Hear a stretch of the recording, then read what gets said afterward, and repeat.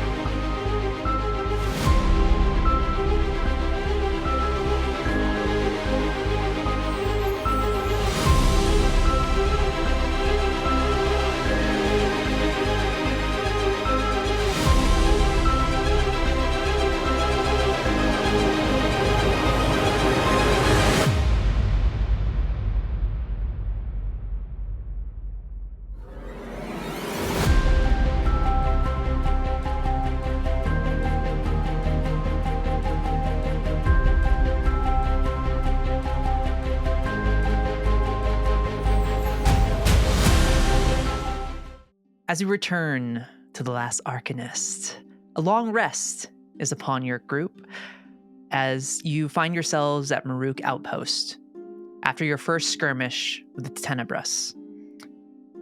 Some of you are a little worse for wear, but a victory and a learning experience of what you are sure to encounter along the way northward.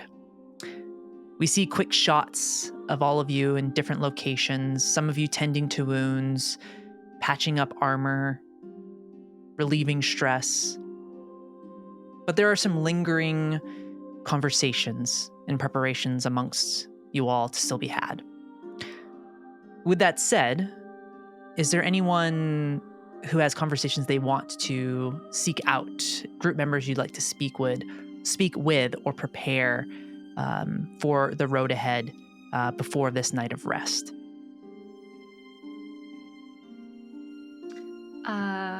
Hugo wanted to quickly just use one of their prepares for their downtime action to speak with Elanor and practice a little bit. Practice a little bit of sign language, and we do not have to RP that. Sweet Dakota is having an attack. The coughing demons have taken her. Please give her back. I'm good. But it's just, Hugo just wants to make sure to start practicing a little bit more of the sign language. Yeah. Mm-hmm. I think that, did Doc complete all of their downtime actions? Yeah, because I needed to, because I was looking rough, so I needed to make sure I was not going to die next time we got in a fight. I was going to say that Hugo would invite Doc too, but if Doc is busy, then... But yeah, they'll try and learn a little bit more sign language. Hell yeah. Awesome. So I would say as you do that, we won't make that like a project. We'll just call it a prepared action. We'll just say after a few of those, you acquire that skill. So typically how it works, and I'm going to break the rules here, so a little bit. Typically how it works is if Elanor, I think Elanor has utilized her actions for the long rest. However, I think that you both taking the time to do this should still get some hope. So Hugo was already going to get one. Typically, it would be both of you gain 2 hope if you do like a preparation as one of your actions. But because I'm the GM and I make the rules for our game, I'm going to give you both 2 hope for that. For that there. Yeah. So, but typically, that's how it works. So, yeah, I thought Matt Mercer made the rules. Yeah. Who's that? I think you mean Mark. Mark, yeah, sorry. Mark Mercer. Mark Mercer. We love you, Matt. Amazing. So as you kind of work on that throughout the night, we see you two spending a little bit of time together to learn. Elanor, you teaching Hugo some additional sign language elements, and you both take that time to do so. From there, I think, if I recall,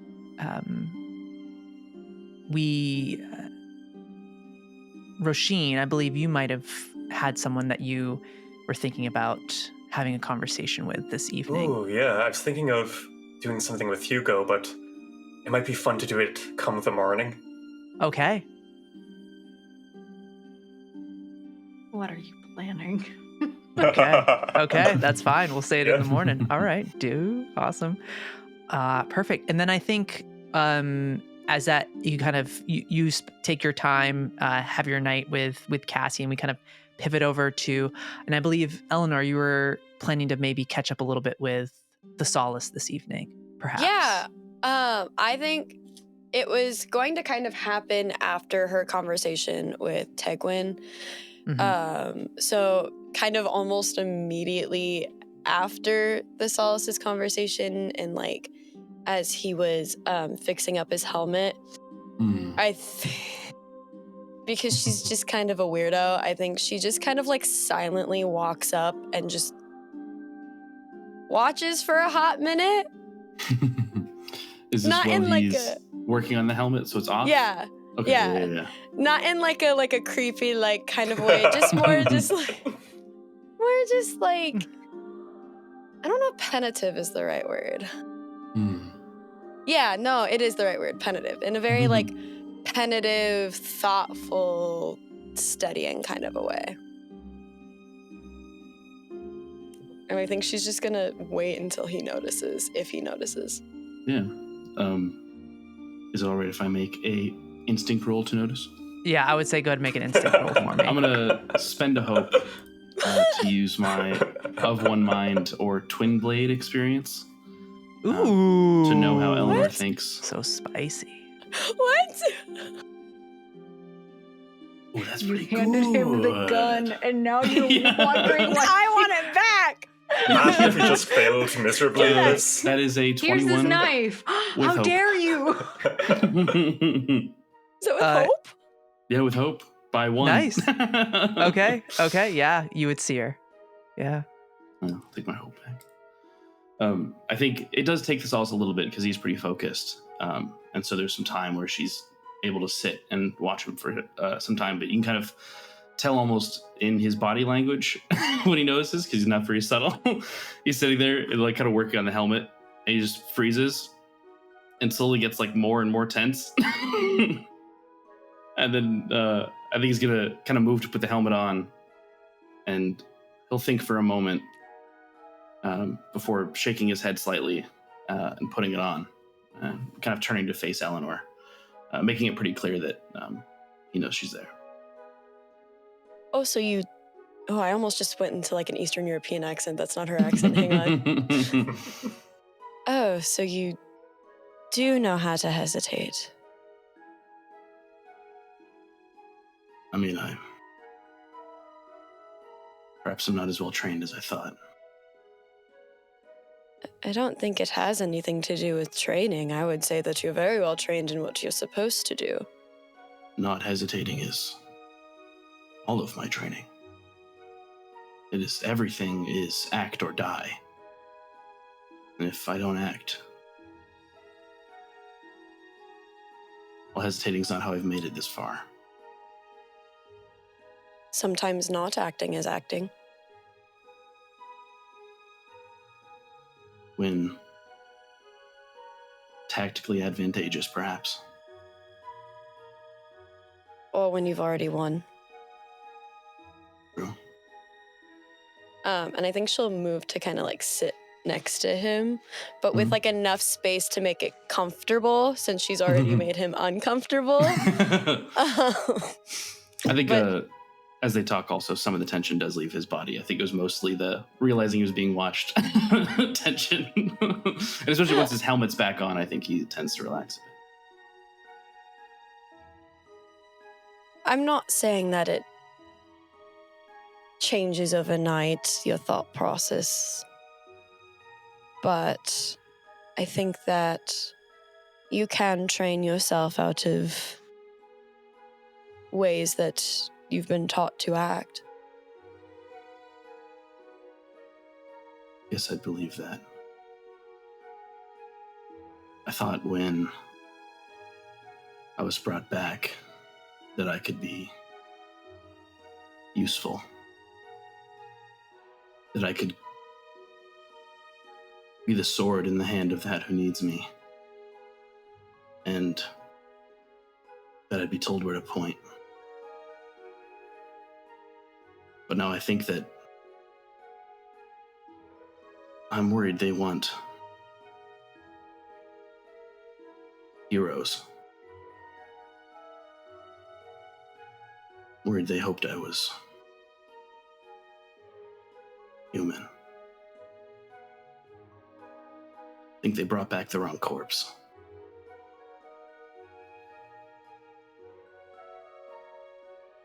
Well, if they did, then that would make 2 wrong corpses. You said you never believed in luck. I don't. Perhaps it was just a mistake. Do you think I was a mistake to bring back?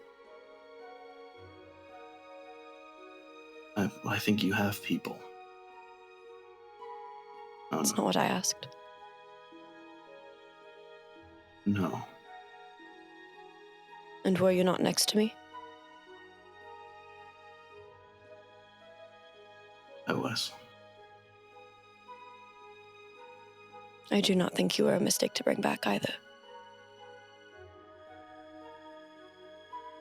Thank you. I can't ignore this feeling that I know you. I feel I know how you think and how you feel at times, but I know almost nothing about you. I don't know where you came from. I don't know how we met. I don't know if we were truly friend or foe. Well, that makes two of us. I don't know me either, really. Yeah. Remember relatively little. What do you remember? A lot of fighting. A lot of winning. There was pride in it, and I got good at it. Killing. And I know for a time I was running, but it didn't feel like running scared. It felt like running free. That's all I have. Maybe let's start on that last feeling then, of running free. Instead of the fighting to win and to survive, maybe we should focus on helping you remember the time when you were free. That would be nice. I think you could be a hero.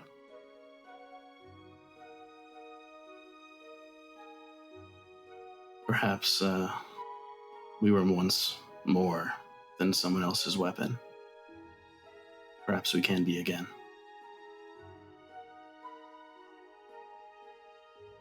I'd really like that, I think. But I don't know if it's possible until we have everything back. There's this feeling I can't shake that there's part of me that I'm not supposed to know, or that doesn't feel like me. I almost feel the opposite, that I maybe once learned who I could be, and that's the part I lost. Maybe if I can remember that freedom, maybe we can help you process or understand that other side. It might take a while. I agree, there's much to do. It's hard to focus on yourself when everything's so...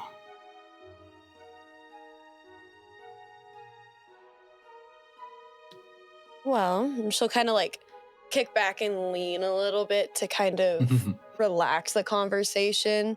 And I think as the conversation like continued, she had kind of found herself like leaning in a bit to make sure that she was properly hearing him and almost like getting more comfortable again, but allowing herself and him like the ability to like adjust and move as they needed to keep things safe for both herself and him. I don't think she really ever moved more than like an inch or two to get closer. But she kind of kicks back and gets comfortable. And she will take out her notebook and kind of just like hold it out and go, I know that I have seen you somewhere before. Maybe this can help us. I agree. And I'm not sure if anyone from my past is here or if I even hope to see them, other than you, of course.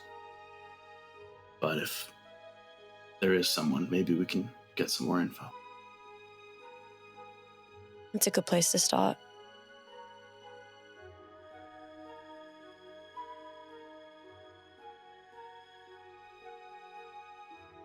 I told Róisín earlier tonight that I'm not much of an artist. But if you have any blank pages, I'd be happy to give it a try. Oh, well, it sounds like I'm going to be starting my own art studio or something here.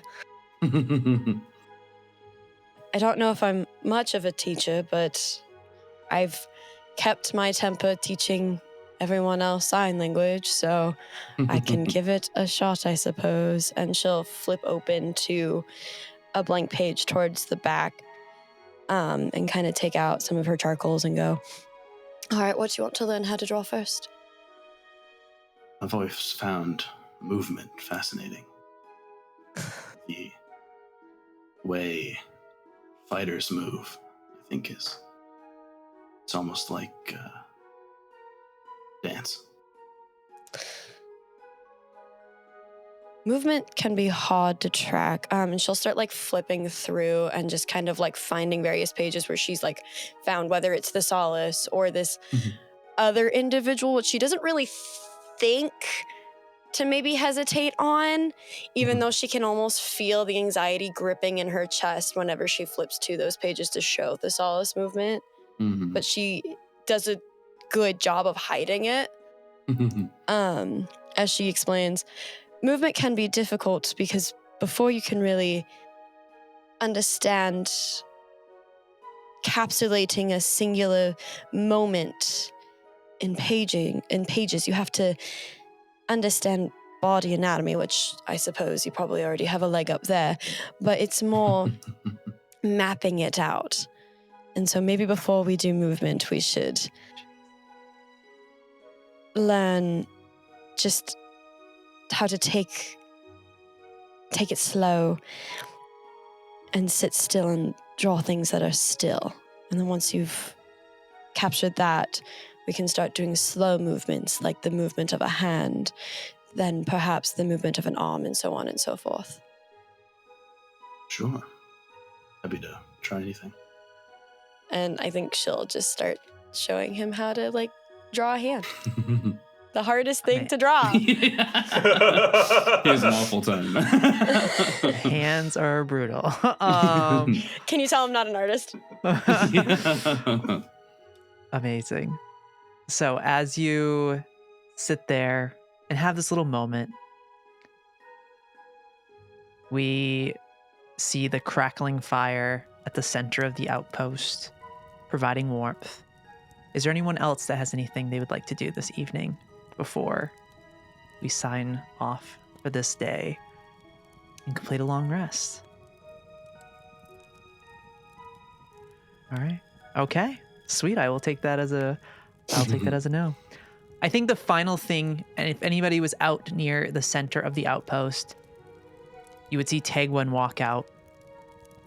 She sits down on you see a log near the fire. She sits down on it. You see her take off her armor. And you see she removes her cape, folding it, placing it next to her. And you see her take off her shirt, and underneath is like this kind of tank tunic. And you would see covered in blood, and you would see her grab a pouch and start to sew it back together. Not even just kind of like out of the corner of her eye, just kind of watching the fire. And kind of dangling, glimmering against the embers would be her divinium prism around her neck. And as she finishes that up, you would see her just roll out a bedroll and just stare at the fire for most of the night. With a long rest, as a GM, I get to roll 1d4 plus the number of players to gain fear. However, I'm already at 7 fear, and there's 6 of you, so I max out. So we start the next day with me max out on fear. Damn. Mom can pick me up. I'm scared. Okay. So, as you all wake up the following morning, it is a crisp day. You are next to a mountain, of course. And with this perpetual twilight, it doesn't warm up a whole lot here in Mardoon.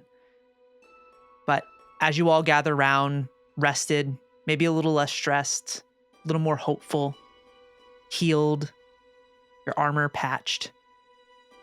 The road to the Gloompeak Sierras is upon you.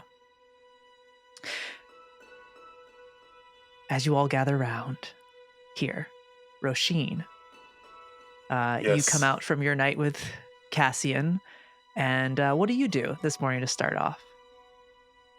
Hugo, you awaken to a looming shadow over your bed.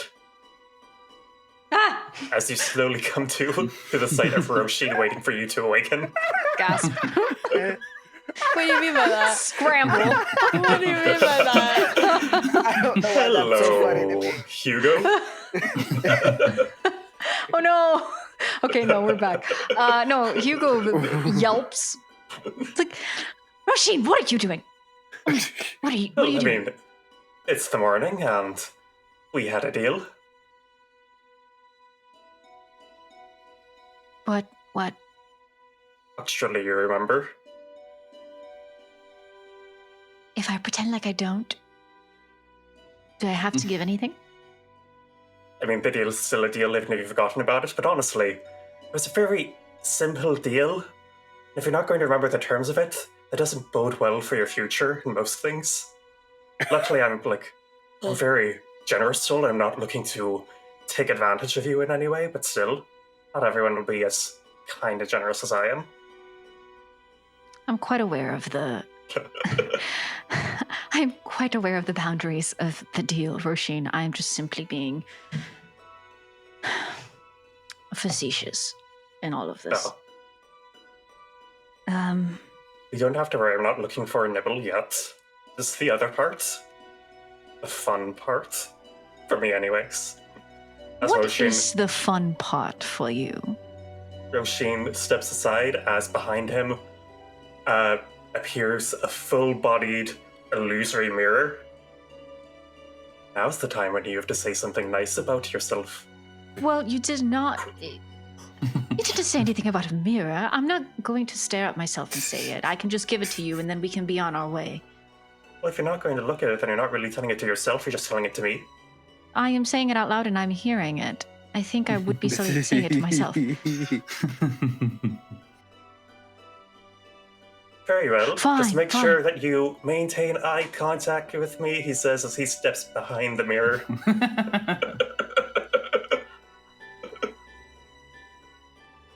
Right. Hugo glares just as Róisín goes behind the mirror, like just continues glaring, which looks very funny because it's just like almost a blank stare with like the slightest bit of a crinkle in the burlap. But as soon as you kind of exit their line of vision, Hugo relaxes and looks at themselves in the mirror. And the moment that they look at themselves in the mirror, there is a pause. There is a hesitation because this is the first time that they've seen themselves like this. And they're quite happy that you can't see them and that you are behind the mirror, or at least Hugo believes that you cannot see them because they close their eyes. I quite like that I approached that woman and I was able to give her something to hold on to after the passing of her beloved. They open their eyes. There.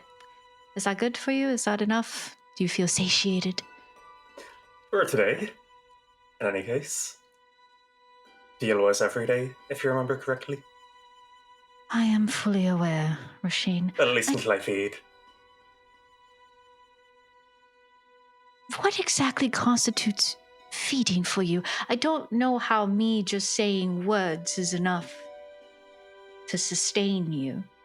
Oh, it does absolutely nothing in terms of my nourishment. So what is the point, then? Am I actually in a deal with you, or is this you just... Yes. I apologize for my rude language, fucking with me. know you'd be aware if I was doing that. But is it really so wrong for someone to want the ones they care for to maybe treat themselves a wee bit better?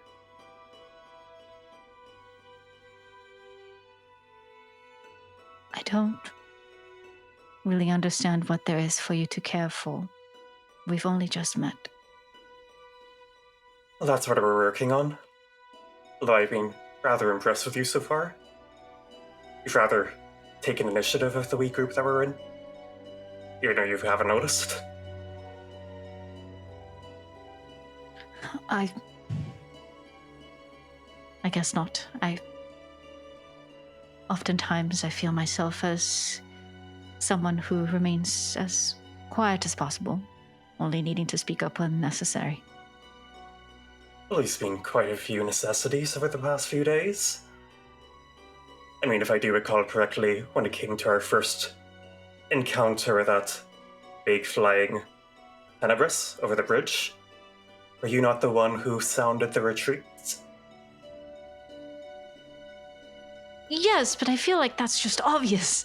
Why would we fight that massive, ugly thing? We needed to leave. I don't think it was more so me taking initiative. I just think it's more so me pointing the obvious. Well then, what about on the second day, when you were the one who took the initiative to contact the Straya and make that connection? I just thought I was delighted by the sight of her. I didn't really think of it as a sort of initiative. I didn't know that something would come from it. I was just curious. And then against the nasty fellow with the green flame, weren't you the one who put them asleep? He was going to hurt you. I'm very thankful. And then, as you said in our last encounter, it was very sweet what he did for that wee woman. I think Hugo takes a moment and is listening to Róisín recount all of these different instances. You're very perceptive. You're allowed to say that I'm right.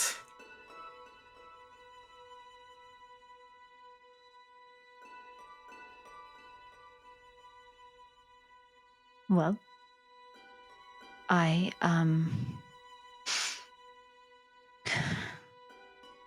Fine. Yes, you're right. Yes.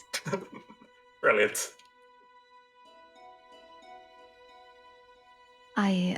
We should meet the rest. Very well. I'm well sated for the morning. So, rolls his eyes. Question. Where would have Hugo been sleeping? Please say next to us. Please say next to us. Please say next to us. Just say next to who? To everyone? Yes. I feel like Hugo would have been somewhere like in the near vicinity of the group. Yeah, I think there's a place that like we all kind of hunker down in. That makes sense. Yeah. Doc is in the corner going, that was so weird. Are we like in a It's like a building, gargoyle over Hugo. Yeah, are we outside? Yeah, are we outside? It's up to you. There are places you could sleep inside. There are places that you could sleep outside. I ask you, where do you think your character would have slept? The way that I see it is like I think maybe there was an like additional tent of sorts that was set up by us, and it's like one of those bigger ones. Even though it's a little bit ragtag, a little bit like messy, it's just big enough to house the six of us comfortably. Maybe a little bit tight because Thessalus is so big and because Róisín has wings, but also Róisín was sleeping with Cassian anyway, so. Yeah. Damn, just air it out, I guess.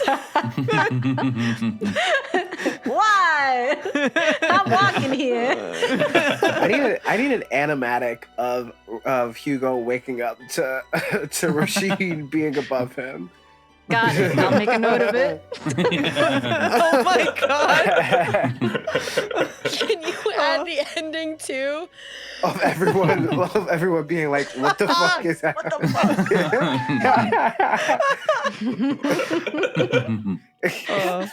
Like, I feel like we all stayed silent during that, just being nice. It's like, what the fuck? Yeah.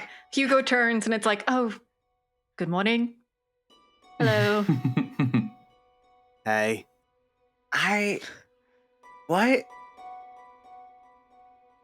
You guys couldn't that? have possibly been quieter, to be polite and not wake any of us up. Sorry. Well, it's time for waking anyways. This is just the most fun way to do it. I can put out the instruments next time. Ooh, delightful. I knew you would appreciate it, Cornelius. I'm just trying to figure out what I saw. What was that? Self-care. I never want to engage in that ever. It felt forced. I doubt you ever will. Hugo's just like standing there, T-posing. Hugo's buffering. Yeah. Proper scarecrow pose. Yeah. So why was that happening though? Like, what was the reason? Like, what? I find it nice. I think it's nice to care for our friends in this way. We should all say something nice about ourselves. Elanor, you go first. Speak up. Crazy. Did you really just say speak up? Is that really the words that just came out of your mouth, Cornelius? Cordy, canceled. Cordy is over party. Cordy's over party. If there was a wall, her head would be big. She just... Instead, she just stares at Cordy angrily. How about we don't say nice things about ourselves and we keep going and we move forward? You're right, we should all say nice things about each other. Elanor, you say something about me first. Why are you... Stop! I can't. Also, where did the mirror come from? Oh, I snap my fingers and it dissipates into 1,000 ethereal shards. Got it. It's just an illusion. We're on I a snap my time fingers crunch. and there's a second dock that appears. Is everyone ready? Tegwin opens the tent. Please, God, yes! Let us think, be ready, dear God! Both docs look at Tegwin and just go, yes. I think Thessalus got up with his son maybe an hour or two early and has been out somewhere training a bunch. He's specifically practicing like hitting at the same time as kind of evading and moving away. And I will, with our long rest, Thessalus took 2 extra stress overnight so I could switch out a domain card. Oh, I didn't know that was a thing. Yeah, you can. There's a little on the actual card, or on Demiplane. There should be a spot. There'll be like a little circle with a lightning, and it'll tell you how much stress it requires to pull that domain card. Cool. Swap it out. Mm-hmm. Yep. Some of them don't have anything, so which is nice. Oh. Most do though. So can you switch domain cards like the way that like standard D&D wizards prepare spells? Yeah, basically. Yeah, you can swap it. That's cool. And it'll become more of a thing once you get up to higher levels. Yeah. As you have more domain cards, specifically for the wizard subclass. The two of you, Cordy and Hugo, you'll have, because I think you got an extra domain card at the start when you first started with your character. So so you'll get this new level up. We just got enough to have to choose. So there's one in the vault right now. Ooh, at least nice. for me. I don't know. Hell yeah. Amazing. Awesome. Yeah, so as you all kind of are in this moment, Thessalus out training here, waking up to the sun, Tegwin opening the tent, kind of motion you all out. Cassian and the others of the Maruk outpost come and say their goodbyes. As you all begin your travel. 15 days, thanks to having a ranger, a wayfinder ranger on your team here. Hey guys. In your collective. Instead of 20, it would normally take. Unless, of course, things happen along the way. How we will do travel for us here is we'll go into a bit of a montage to some degree of you traveling, but every 5 days we'll take a time to stop and rest and give time to breathe as you reach certain checkpoints as you go. When we reach our first point, everyone at the table will roll 3d4s. Okay. And those will go towards the events. They will go towards the a tracker I have at how quickly we are getting to those actually kicking off. Yes, Thessalus. With this with this like conceptual narrative 15 days, are we mechanically getting 15 long rests within this, or are we kind of like moving past that? We're going to kind of move past that, yeah. Cool. So, but I will say you will get, so with how it works is you will get a number of like hope and things gained from it during that time. So, unless you all want to do 15 days of travel. Okay, that's what I Please thought. don't make me roll 15 things to make sure that we don't get lost. Yeah. I don't trust myself. Let's play it out in real time. It's going to be a long episode, folks. Okay. We are actually going to do this in 15 days. We all took those 15 days off of work. Yeah. Yes. Yeah, it's a marathon stream. Just going to be a nightly thing. Oh my God. Marathon stream. We're going straight through. This is actually live. We're live streaming for the next 15 days. Yeah. Amazing. So with that all said, here, as you take off and start heading north towards the Gloompeak Sierras, you, Elanor, as you kind of navigate with the group here, you would move through a short span of the Scarlet Dunes. The red sand shifting beneath your feet. As you cut through these large valleys, you would see stone walls to the left and right of you at some points, and kind of old riverbeds that are now barren. Continuing onward, as you move through these spaces, the next part of the leg of the trip will be a lot more dangerous.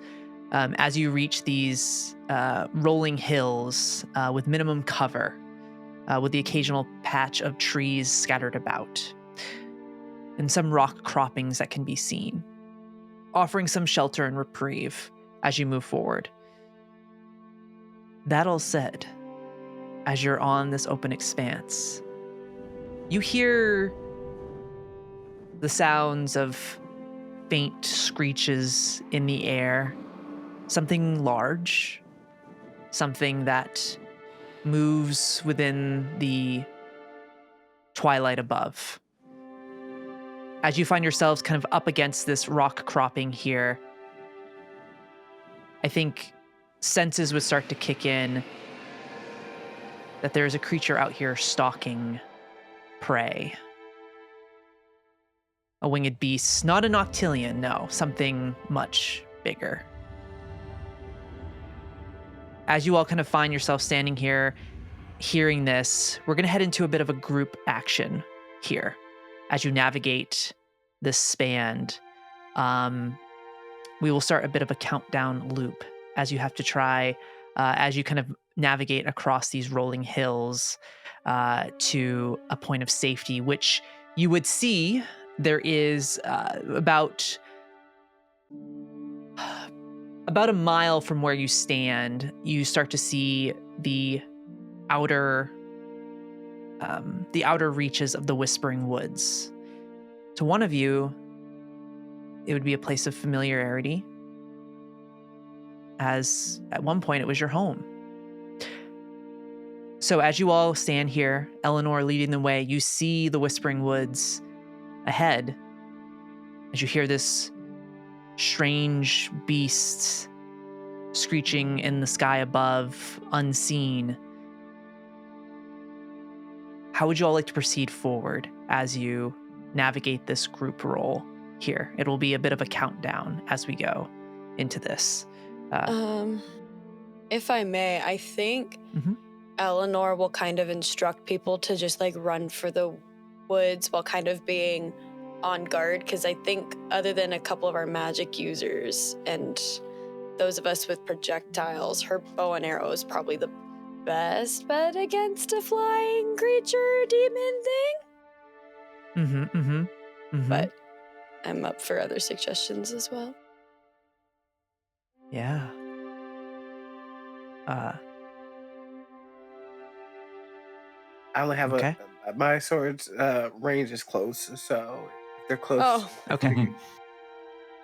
So is that you're looking to potentially engage the creature or try and navigate through? It's more like I'm not looking to engage. It's more like I'm giving everybody time to run through in case it tries to engage with us. Beautiful. Okay. Amazing. So I would say, as we start this, Elanor, you'll inevitably make the final. Well, actually, this is gonna be a little bit different. We're gonna do this a little bit differently this time. As you kind of start to navigate this, who is kind of leading the group as far as heading to this next? So Elanor is kind of hanging back, arrow knocked, as you hear just the sound of wings above you, that kind of occasional screech. As you see this open rolling field with several rock croppings that lead towards the Whispering Woods, where some shelter would be possible. As you kind of reach this final stretch over these 5 days of travel here. Who would be kind of, as Elanor takes that position, leading the way? And it will be separate roles for people on this as we start this kind of countdown loop. I think Thessalus would be happy to help shepherd people. Okay. You know? All right. Okay. Are we in a cluster of trees right now? You are not. It is like open expanse. Plain. It's rolling hills. Yeah, you're like at a rock cropping at this point, just on the outskirts of the Scarlet Dunes at the edge of the Whispering Woods. This rock cropping has at least a little bit of cover for us.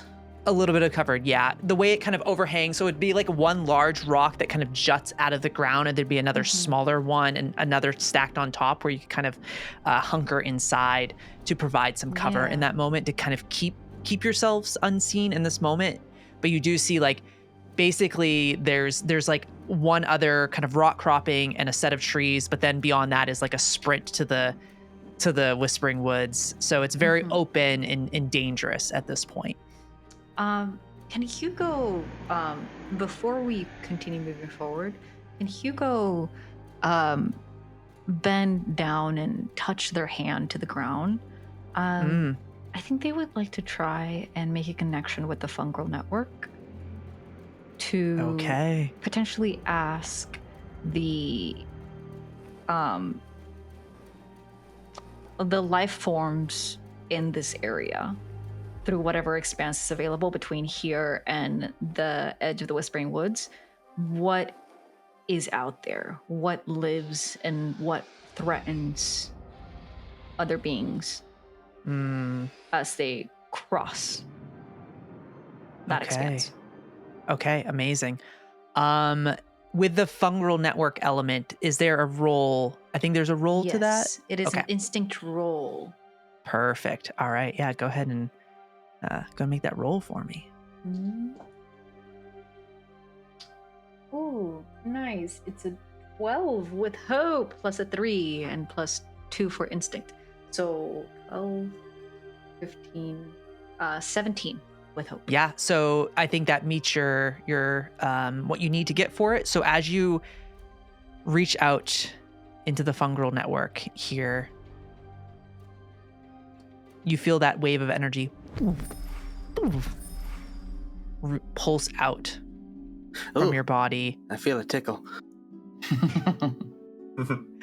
And as Cordy feels a tickle as you do this, you it's almost like when you it's like those little like metal balls that like hits and then it goes and it kind of hits back. You feel it connect with something, and there's this electricity that is felt that shoots back towards you, and it's not necessarily words that you get, it's more feelings and visualizations, which is probably pretty intense for Hugo in that moment. But you see within the kind of sands that are still here, you see these creatures that have these kind of six hooked legs that burrow beneath the sand, almost triggered by tremors within footsteps and things of that nature. They seem to have like you would feel this sense of like acidity hit you in that moment, kind of like on the tip of your like even though like taste is not really that you would feel like or taste like this acidity, a bile, like building up inside. You would also see glimpses of other stria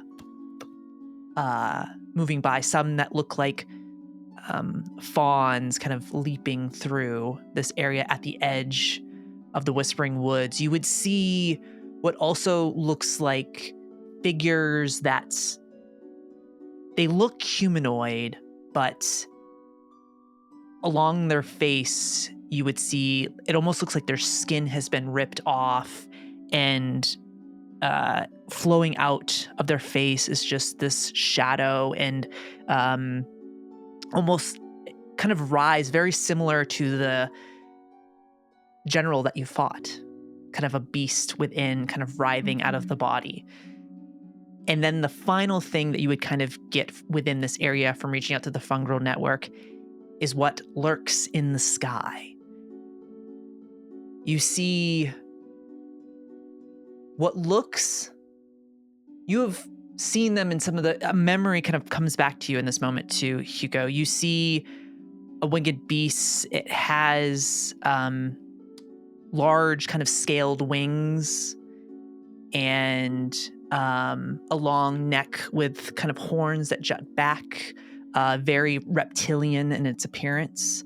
But you see it is disjointed, and almost the body itself is like hollow, as you see some twisted version of a wyvern flying in the sky. Hugo is knelt down on the ground, still holding onto their staff, their hand on the surface, and they gasp.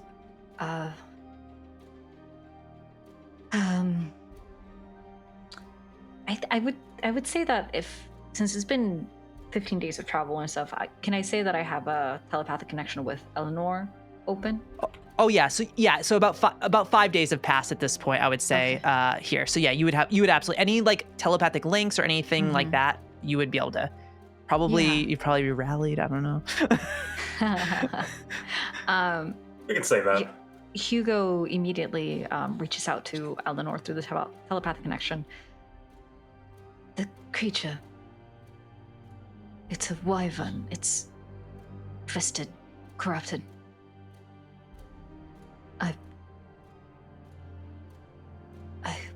You're the hunter. I don't know if you have a way to best avoid it. There's some other things. And Hugo's also saying this out loud for the group as well. I think it's also because Eleanor's a little bit farther away from them, correct? So Hugo's also speaking it aloud as well as kind of through the telepathic connection. There are other creatures underground. I sensed acid, bile, and other threats. Not dissimilar to the general, but I don't know if to that level. I saw smoke. A cracked face.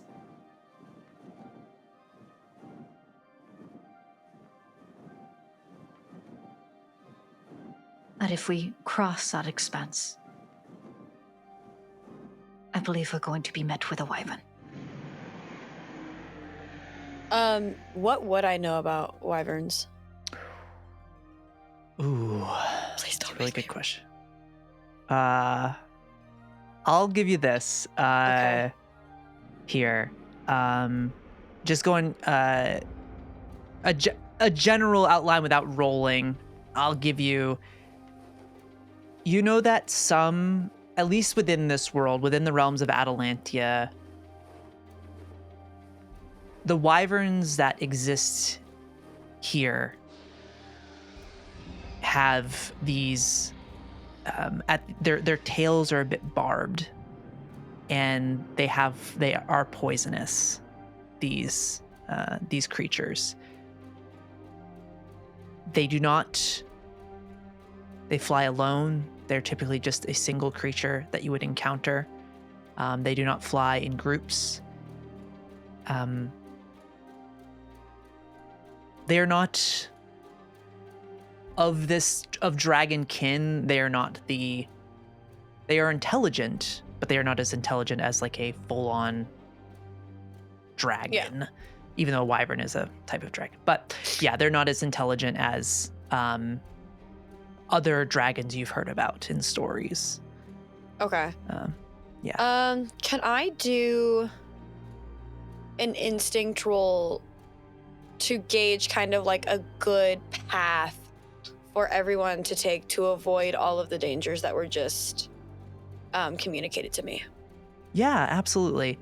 So go ahead and make an instinct roll for me. This will go into our countdown loop essentially at this point. So we're going to start at, I believe I had put, I said 8 for our countdown loop.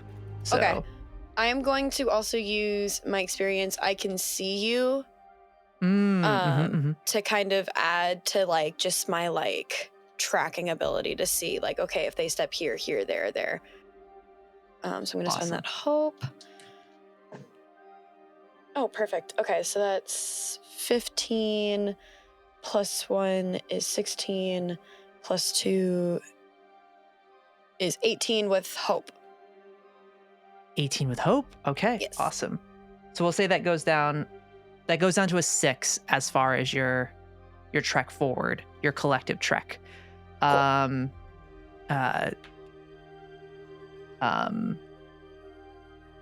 And I think that as you kind of gauge that there, you see as you look at this expanse in front of you, the rock cropping does not look very good. It does not look like it'll be a good spot to hide. You see that this clusters of trees that are within this space here is big enough where if you got to that, there would be a moment to breathe.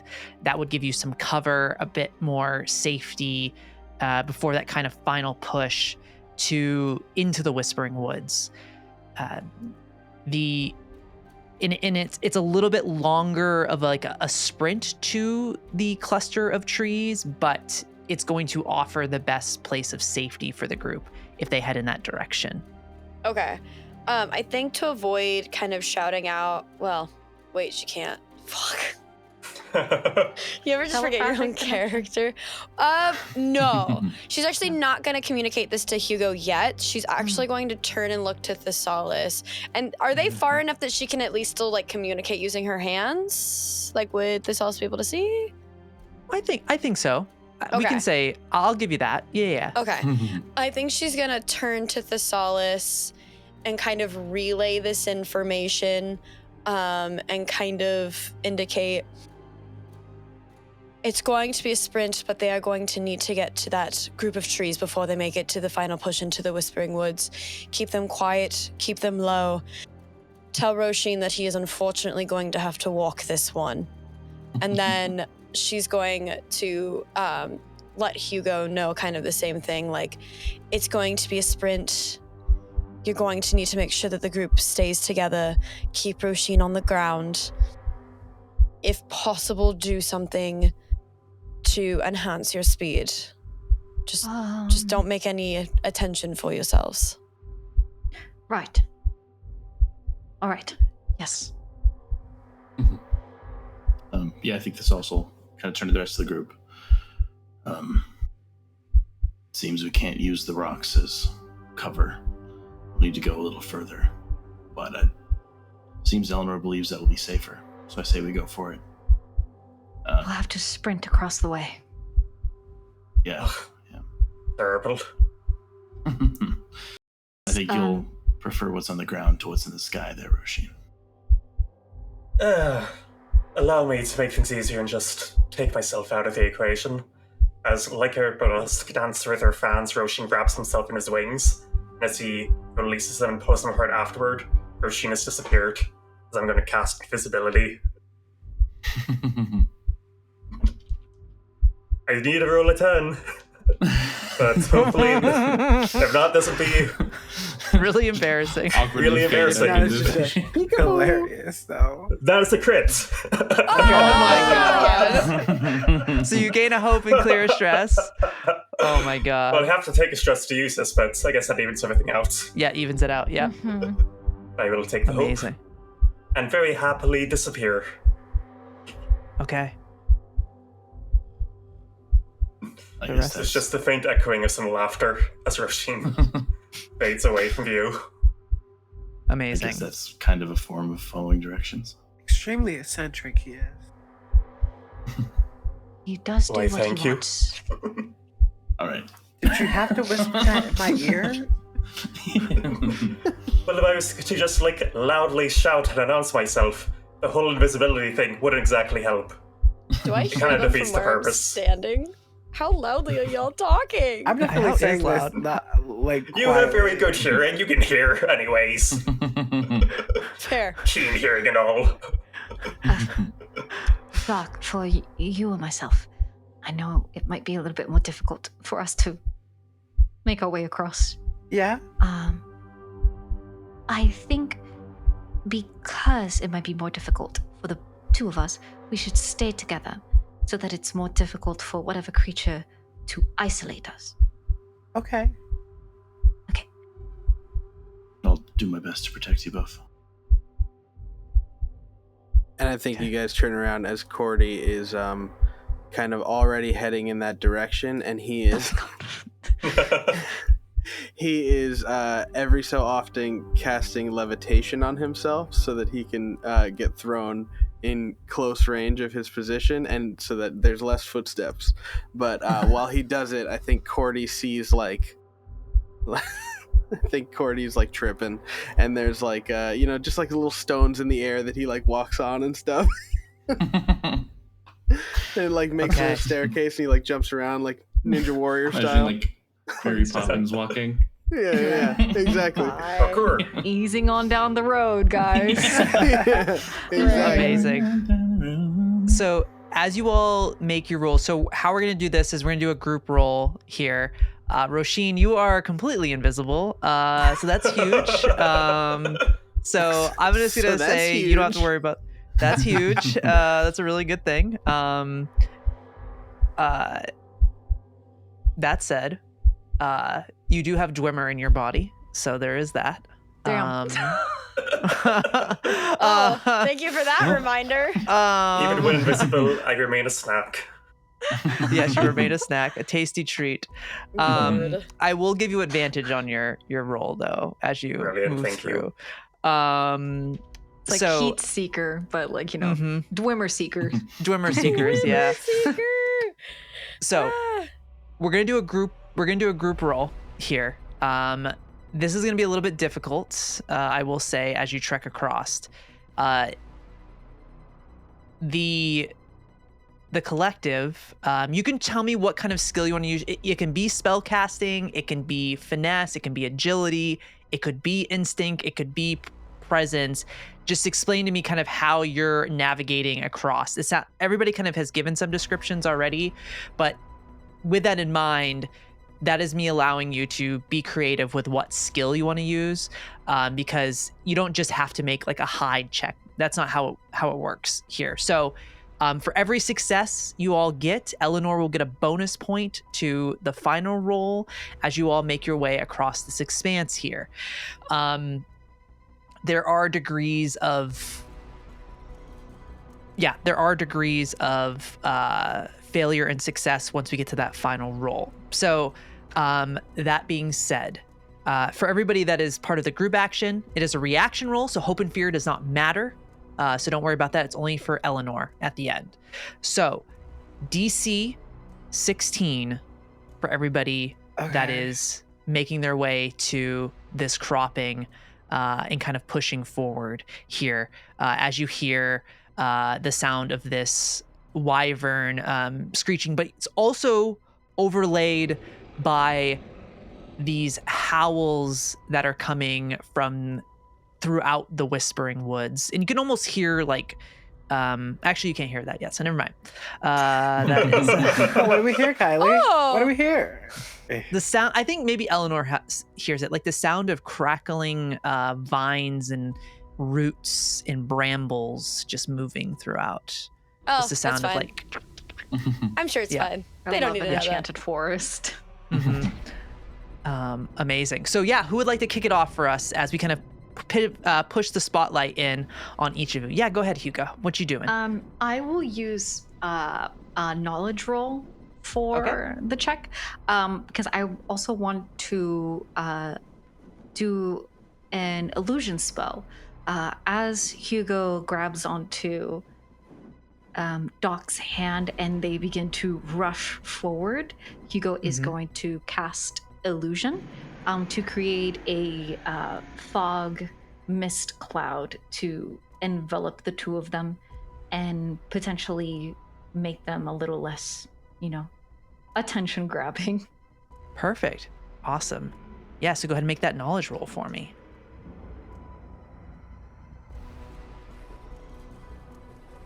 A crit, double A crit? 11s. Oh my Yes. god. That's that's the second or third crit already tonight. Okay. That's my Amazing. first crit. Second in a row. Wow. Oh, yeah. Ooh. Yeah. Hell yeah. Amazing. Awesome. I Yeah, know so that, that's a success. Yeah, go for it. I know that hope and fear doesn't normally matter on group rolls and reaction rolls and stuff like this. Do you still clear a hope or gain a hope, clear a stress on crits in stuff like this? I will say I won't in group rolls, but I think that getting a crit is really fun, and I think that should be rewarded. So yeah, we'll say you gain a hope and you clear stress for that. Let's do that. We're gonna make that a thing for us. Yeah. Hell yeah. I'm not a monster, I promise. I just control them. Yeah, I just control them. I'm their biggest fans. Cool. So we see kind of this fog cloud go through. I'll actually shift the spotlight over to Doc as you're moving with Hugo. How does Doc kind of navigate this space here? I think in using piggybacking off of Hugo, I think I'm also going to try to use knowledge. I think Hugo is like keeping their eye. Not Hugo. God, Doc is keeping their eyes to like the ground, making sure that like whatever they step on, obviously they're metal, so they're trying to make find the places where the least amount of sound can be produced by them. Smart. Just so that they're being as quiet as possible. Okay. All right. I like it. Yeah. Go ahead. Yeah. Looking for those as you navigate through. Okay. All right. All right.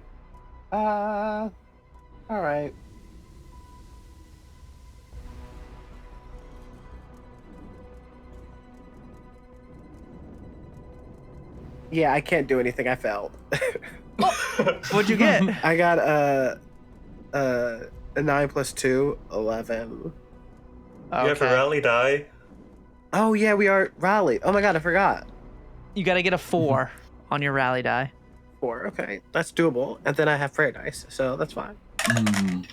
Okay, so that's a 1, but I will spend my prayer dice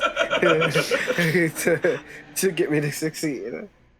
Okay, all right, so you succeed. So you as you're kind of moving through, you find a couple soft spots where your foot just sinks in, but luckily, kind of with the fog all around you, you're able to have that kind of extra couple seconds to reposition yourself as you hear this over the sky in this moment.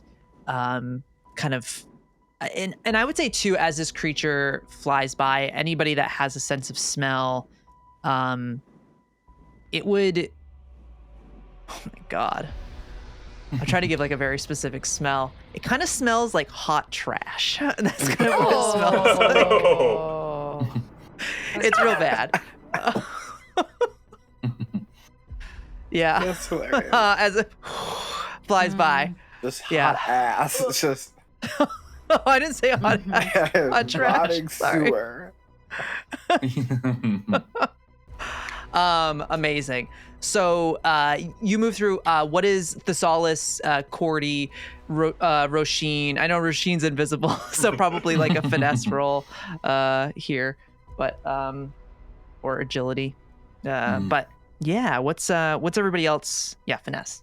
Well, for Róisín, yeah, I have an idea for something practical, and I have an idea for something magical. Boy. So, Both good. for a magical thing, so much of Róisín's magic is all about amplifying sensation.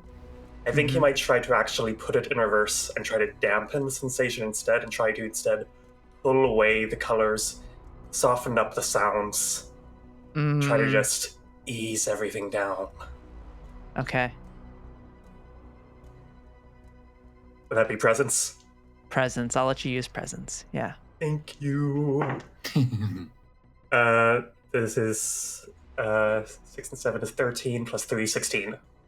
Damn, exactly what you need. That's another success. Yeah. So as you kind of dampen the colors around you, I think because you release so much energy, so much Dwemer, casting that invisibility spell, kind of those blues and oranges, as you dampen those, you kind of, or as you're hit with that smell, it kind of flies away and the air clears out a bit there. And you're good. So that's 3 success. That's good, y'all. You already get a plus 3. Yep. Cordy and Thessalus. I think Thessalus is kind of, as a number of other people are trying to remain unseen, he's committing to mostly speed, but more than, he's not trying to run ahead of everyone. He's just trying to trust that if something happens, he should be able to escape anything. So he's trying to stay as visible as possible without ruining it for the group, so that if someone is spotted, it's hopefully him first. Just kind of staying a lot more in the middle of things as people kind of spread out to stay unseen. He's kind of keeping to the middle, trying to keep an eye on where people are so he can help if needed, and trying to seem like the best of many targets. Okay. And I'd like to spend a hope to use Better Me Than You. Ooh, okay. Awesome. My experience to get +2, so I have a total of +5 for this. All right, nice. Go use to roll those agility. dice. Yeah. Nice, okay. Not too bad, not too bad. 9 plus 5 is 14. Oh, that's not enough. 14. You ever really die? You ever I really do die? really die. You want to use it? Yeah, it's probably good. I was so confident in that too. Yeah, I'll go ahead and roll that. Oh, okay, that's a 1. So 15. So it's a fail. As you move through the space, I'm going to spend a fear token right now. No. Mm-mm. And as you move through the sand, it kicking up around you, your heavy footfalls, the vibrations, each footstep you take. Thessalus. Oh, wait. Oh, okay. I forgot about, I have adaptability as a human. When I fail Oh, a you roll can and utilize re-roll. experience, I can mark a stress to re-roll. Yeah, if you want to do it. If you want to do it. That's a lot of stress, but I will. Okay. Oh, okay. Okay. All right. Well, I'll take my fear back if you end up getting this, because then I wouldn't Come spend. on. That was the exact same roll, so we're chilling. We're keeping it. Sick. Life has a funny way. They really want this to happen. Just enjoy the extra stress. Yeah. As you're running through the space, Doc and Hugo, you would be obscured by that fog. Róisín invisible, Elanor hanging back, Cordy using his moon shoes. Using his moon shoes. As the ground vibrates beneath you, as you run forward, Thessalus, I'm going to spend a fear. And what you don't see is something is stalking you like a shark underneath the sand. As we see the sand pushing up, and then it seems to dissipate down. And as your foot hits, you see something emerging from the sand in front of you as this horse-sized insect-like creature bursts out of the ground with claws and its mouth dripping with acid, as an acid burrower is going to attack you, Thessalus, in this moment. Fun.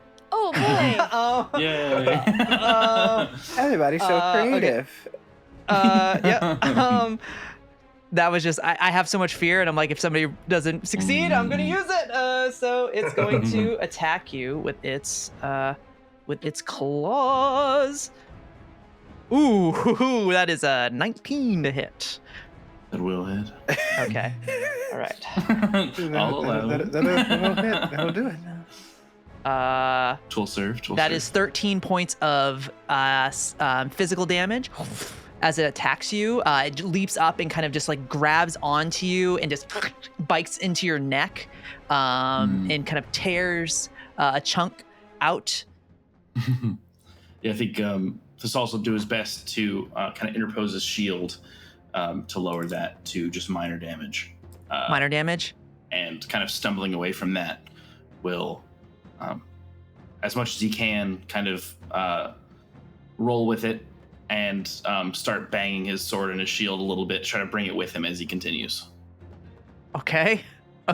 Sick. Not like so super loud, just like trying to keep his attention and keep moving. Okay. I was like, damn, you sound alarms. I'm gonna spend another fear and use Relentless and attack you again with it as it kind of tries to burrow further into you. And then, that is a natural 1. That is going to miss. So it like kind of as you like bang the shield, it kind of is distracted by this. It lands on the ground. I'm sorry, this thing's got. I'm gonna spend one more.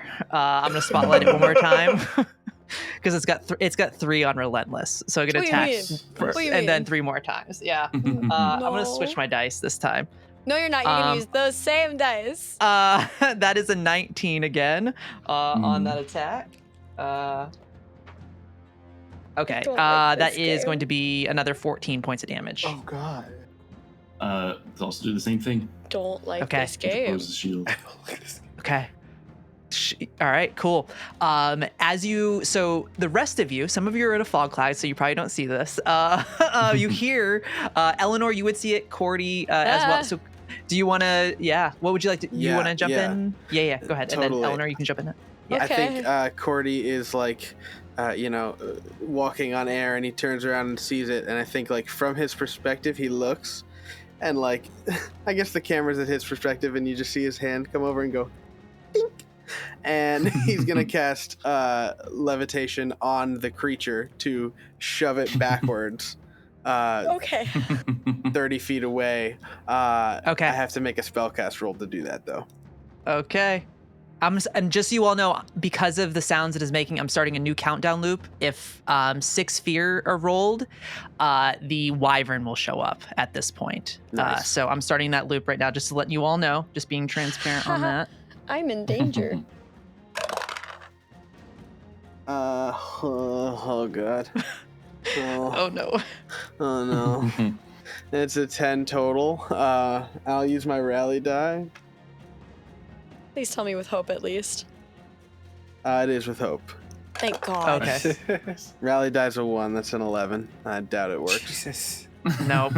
It's locked on to Thessalus, and she's like, you just hear this like chittering sound. And you see Cordy like go, like just trying to like move it. Mm-hmm. Amazing. So that was with Hope. So you all that was a failure though. So that I do take the spotlight back on that. So sorry. yeah, nice. that's okay. It's gonna land on the ground.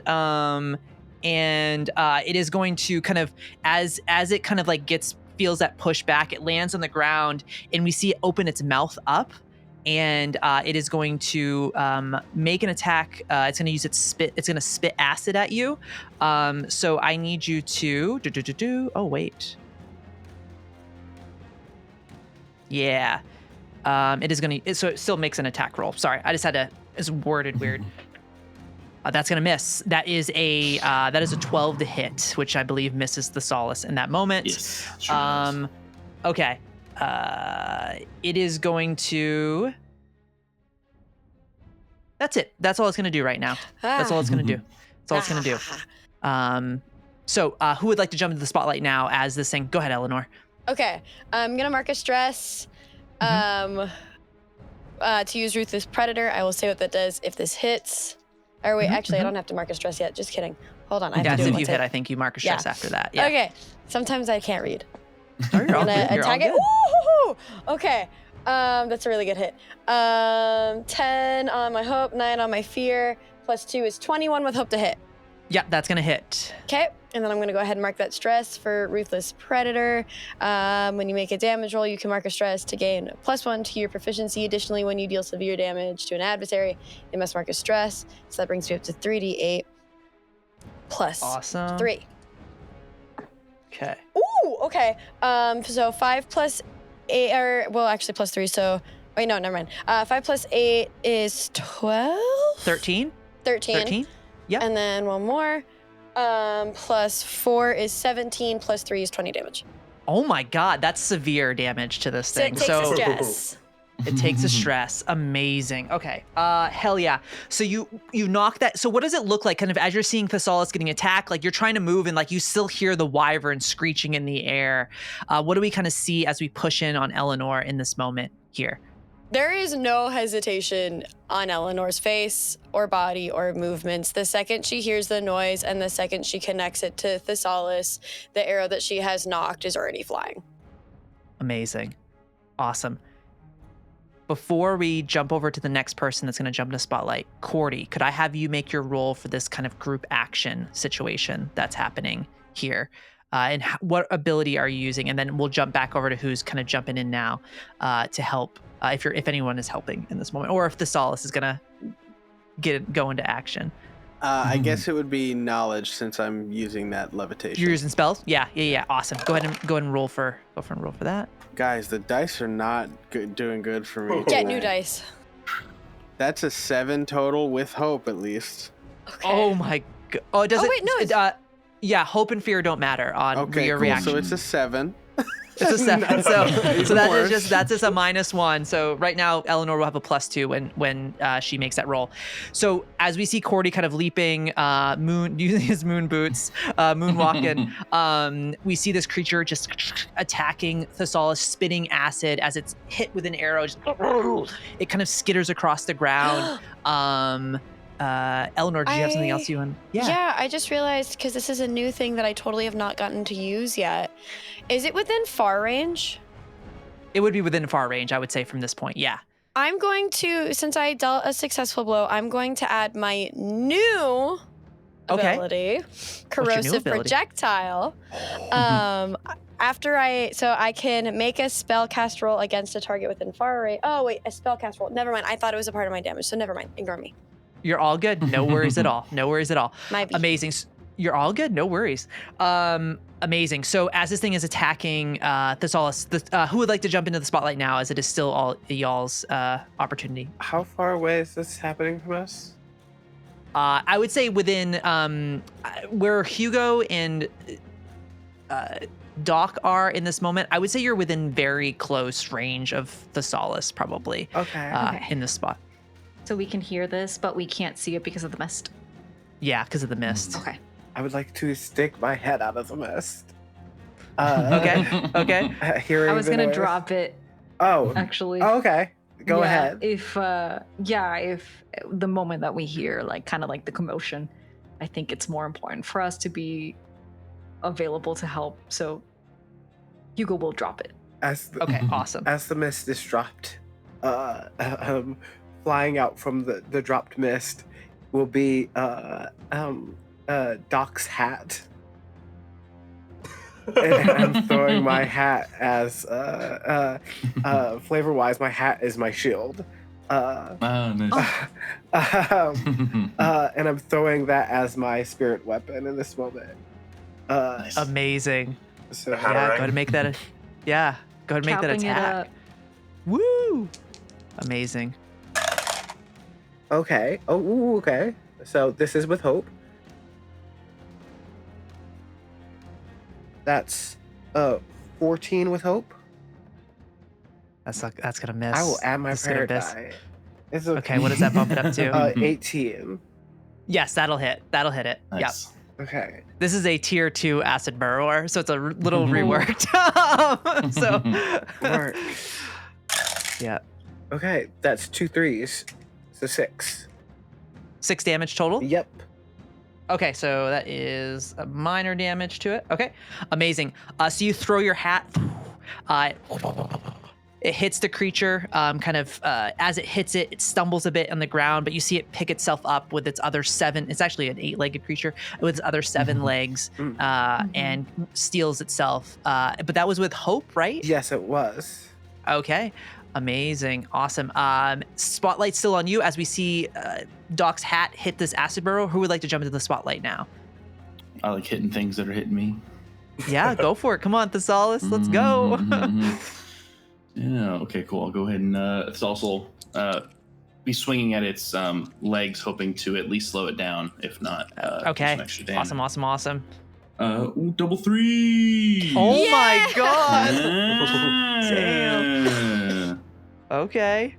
That's good, because that would have been low otherwise. Okay. I get to stress. Okay. I am going to do a couple things. I'm going to spend 2 hope and mark a stress to use all my abilities at once.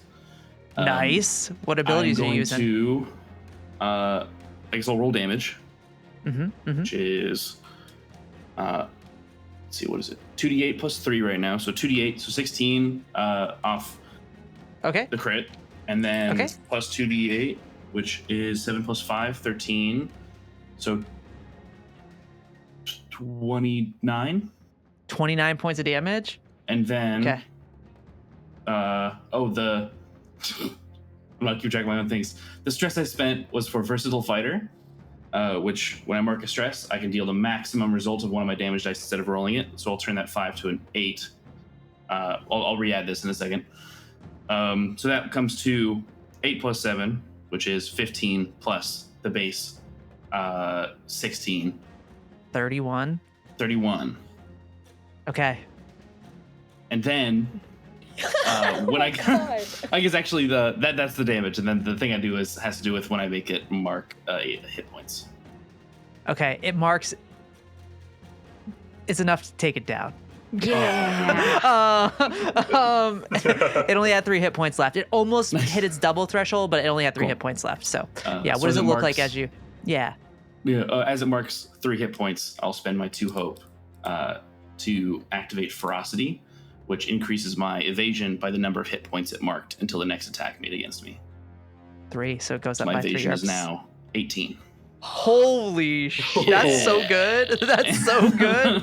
Oh my god. I think real good. Thessalus having this thing, nip at him a whole bunch, and he's trying to get away, but also keep his attention as people are kind of able to shoot at it a couple times. I think he gets himself just a little bit of distance and comes back in and just sweeps between its legs, kind of flattening it to the ground before kind of plunging straight down into it. Amazing. Hell yeah. I think as you do that, you slay the enemy. Luckily, no fear was rolled, so the Wyvern countdown did not continue. So we kind of head back into this moment where things settle us a little bit. I will say kind of just to add to the tension that is here now from the noise, from the kind of footfalls, the franticness of that. Around you, you see that there are dozens of other, like you would see like the sand lifted up, like there are dozens of these things still out here on the prowl. But I think we're at the point where Elanor is going to make a roll for the group. I think everybody has done things, added to the group roll. So you have 3, because Cordy was the only one that didn't get so you would have, so you actually would have 4, because I think everybody else succeeded on their rolls. So you would have a +4 to this. And I would say if you're trying to like properly navigate, probably be instinct, kind of giving people the right way and setting that up originally. Okay. So if you want to make an instinct roll for me. Am I traversing or navigating harsh environments? Oh yeah, 100%. Then I have steady, which will give me advantage. And I should have used that earlier. I'm sorry, you guys. and I will say too, this DC is going to be higher than everybody else's. So the group roll was a 16. This is going to be a 20, a DC 20 on this. Ooh, okay. And then advantage is a D6, right? A D6, yeah, D6. Okay. Mm-hmm. And then I'm going to spend a hope to use You Can't Catch Me Now. My experience. So that's +4, +2, so +6, plus instinct, which is, you said instinct, right? Yep, instinct, yep. So I have a +7 to this, plus my advantage, and potentially rally die if I need it. Yeah. What could possibly go wrong? Yeah, and let me know if it's with hope or fear. Okay. So 10, 14 plus 7 is 21 with fear. With fear. I'll take my so fear I token. meet it, but it's spooky about it. Okay. So as you all move through the space, you see the carcass of this acid burrower on the ground as you all make it to that outcropping. And you're just a short distance away to getting to the Whispering Woods. And you all already successfully moved through this space. So kind of as you reach there and have a moment, you would all be able to progress forward to the Whispering Woods, where we would take our first kind of rest over the 5 days as you reach the edge. As you do, you would see inside of the woods, it is changed. It is much different than you remember. There is all this bramble that is wrapped around the trees, almost choking it. You would see just a place that has been twisted and corrupted in a way that it's a lot different than you remember it when you first when you were here some time ago. I think, Elanor, you would, well, your memories are not all there. I guess would kind of stepping back into that, would you say that would open Eleanor's mind to this place, or would it be so different that you think she wouldn't remember? I think because this is the first time since coming back she is in the woods. I don't think it's necessarily which woods they're in. I think it's just the fact that she is surrounded by trees again, regardless on their state, is what would kind of start to bring back that flood of memories. I think another memory that hits you in this moment too, Elanor, is this is the place you lost your voice. As you step on the edge of the Whispering Woods. As you all do, we're going to head into our first set of our D4 rolls as these 5 days have passed.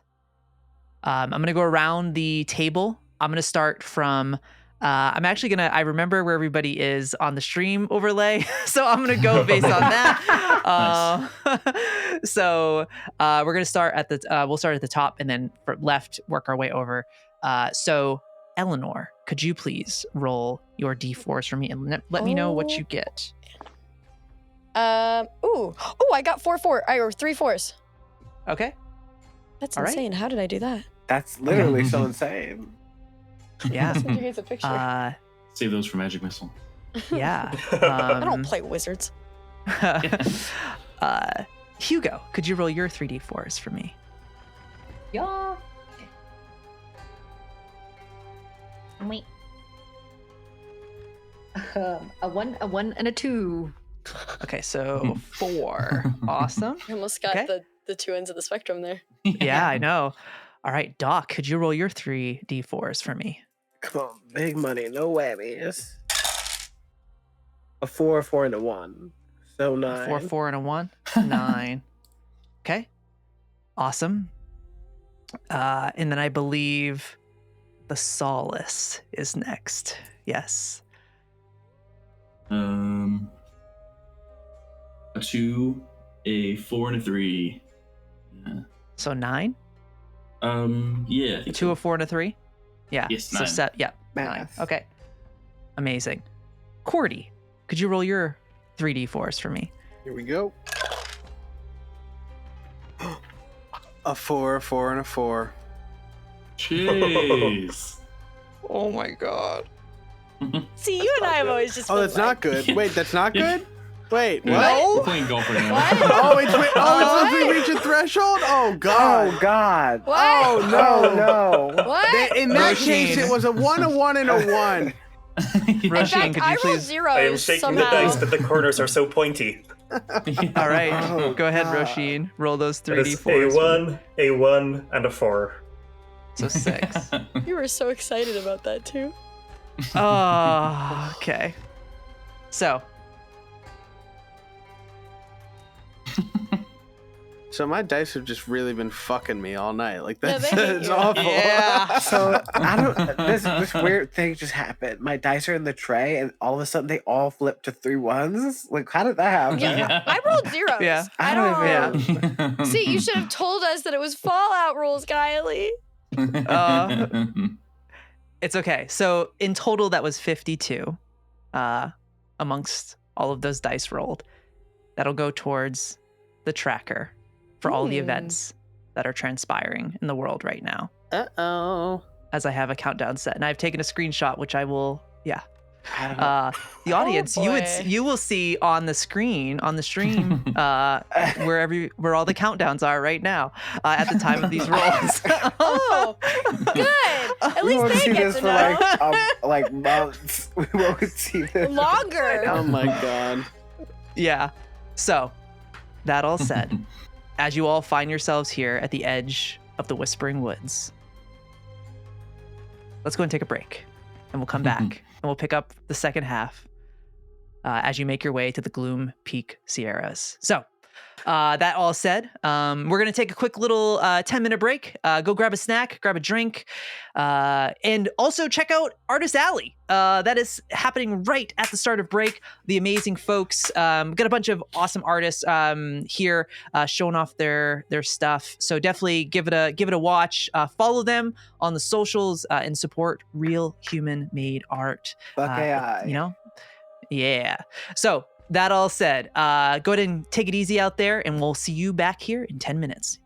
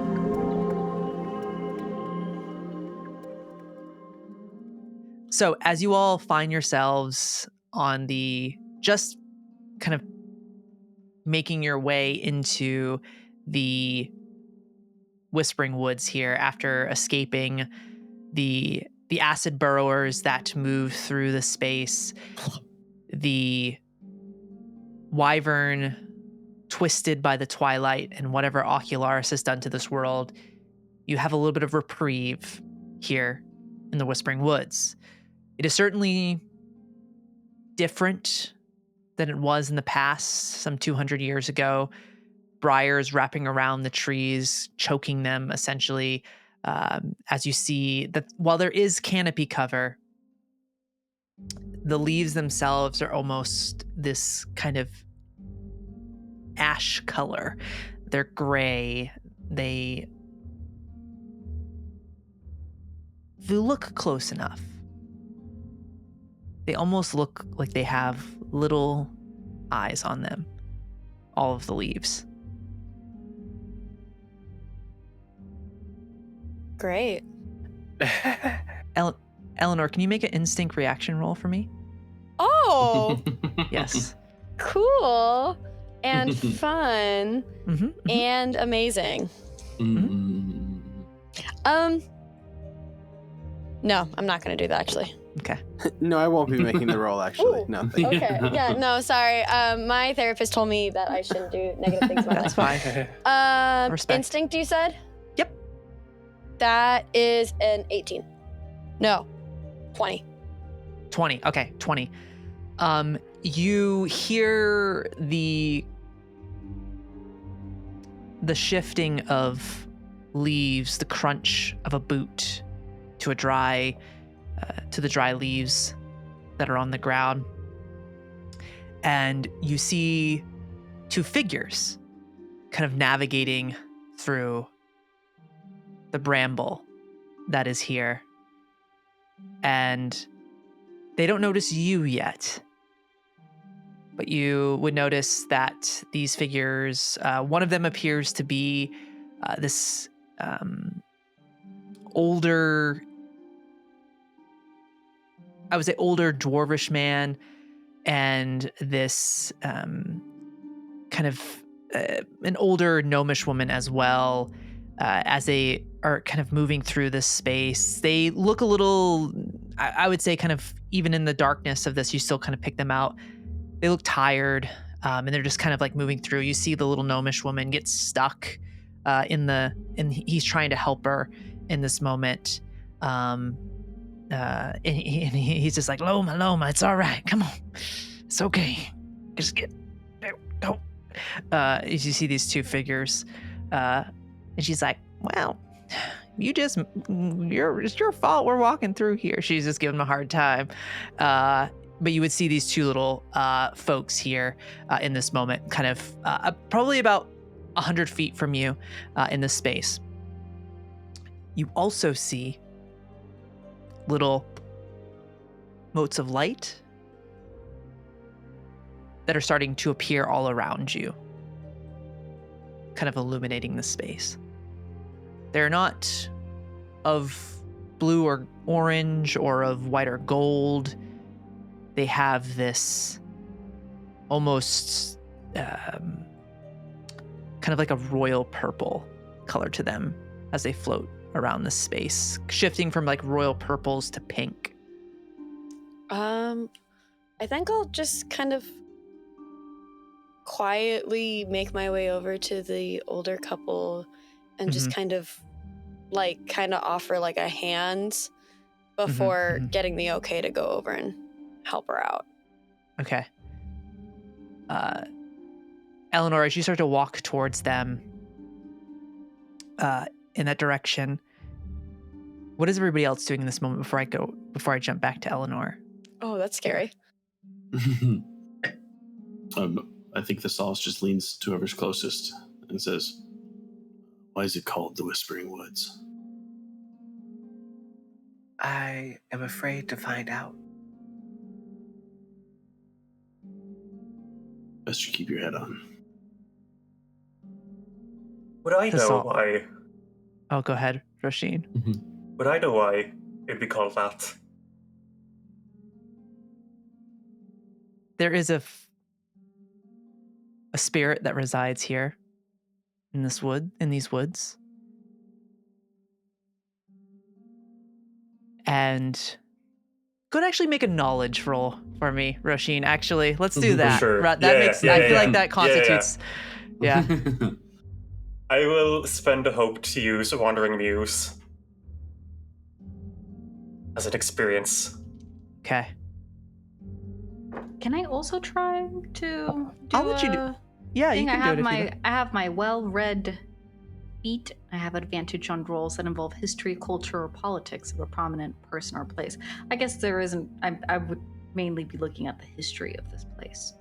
It's Sure, a yeah, 9 I'll let you do I'll that. throw my hat in the ring. with fear. Okay. All right.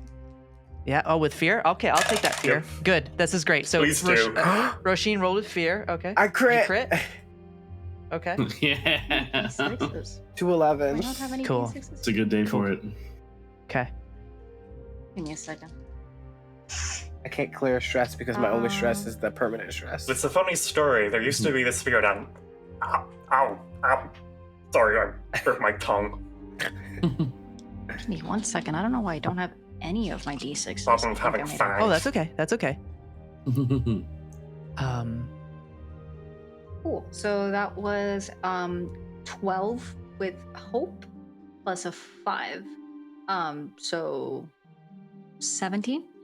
17 with hope. Okay. Yes. Amazing. So make sure you give yourself a hope. I took a fear from Róisín. Doc crit. So kind of collectively, as you all think on this, Róisín, you don't really have any memory of it. I'm going to get to you in a second with your fear rolled. Doc and Hugo. I'm going to give Hugo a specific amount of information, then I'm going to give Doc a little bit more with the crit. Mm-hmm. The Whispering Woods, this spirit that lives within here, you would know that people that have traversed through this area, not everyone has met said spirit, but those that have said they've experienced a few different things. One of those being that of seeing a loved one that they lost, the spirit taking that form and whispering and speaking in their voice, an exact a mimicry of it. I think that would be kind of the general knowledge of that initially there, and then to kind of build off of that into Doc's critical success. The spirit has also been known to help people remember things that they have forgotten. And oftentimes, that's really funny. The audience and has no idea what you're oftentimes- talking about. The audience has nothing. There's something good to chat. It was great. Oftentimes, the spirit here, the memories will be those of positive moments in one's life. And if you're lucky enough to be visited by this spirit along in these woods, sometimes they'll grant you some type of boon that could be helpful. But 200 years have passed. Things have changed. And I think, Róisín, as you think on this moment, you find yourself not in the woods. You find yourself in this glorious bedroom You see a bed with a grand tapestry. And laying there, you would see a familiar figure. Prince Alexander Dubois, your first lover. You see his honey-colored skin radiant, sharp features, his wavy brown hair resting on his shoulders, fine and shiny. His eyes a piercing emerald green. Róisín, come, sit. Of course, whatever you need from me. You move over to sit with him in this moment, and he reaches out to place his hand on your face. It is warm, it is familiar. And he looks at you. And he says, do you remember what you said to me when you left that day? I made a promise that I would come back and we would have one last kiss.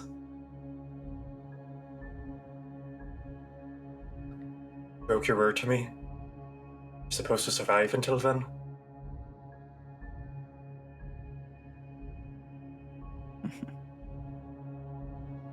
I think he looks at you in this handsome young prince. Skin starts to sallow, sinks in as he withers into nothingness as you find yourself standing in the forest once again.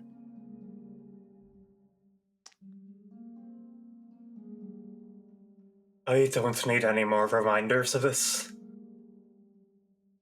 I've memorized these moments over and over again. You can't haunt me any more than centuries have. No, ages.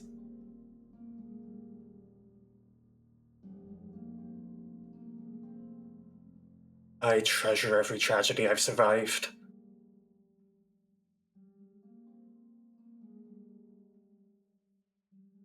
Is Róisín saying this out loud? Is he saying it out loud? Yeah. I don't mean to pry, Róisín.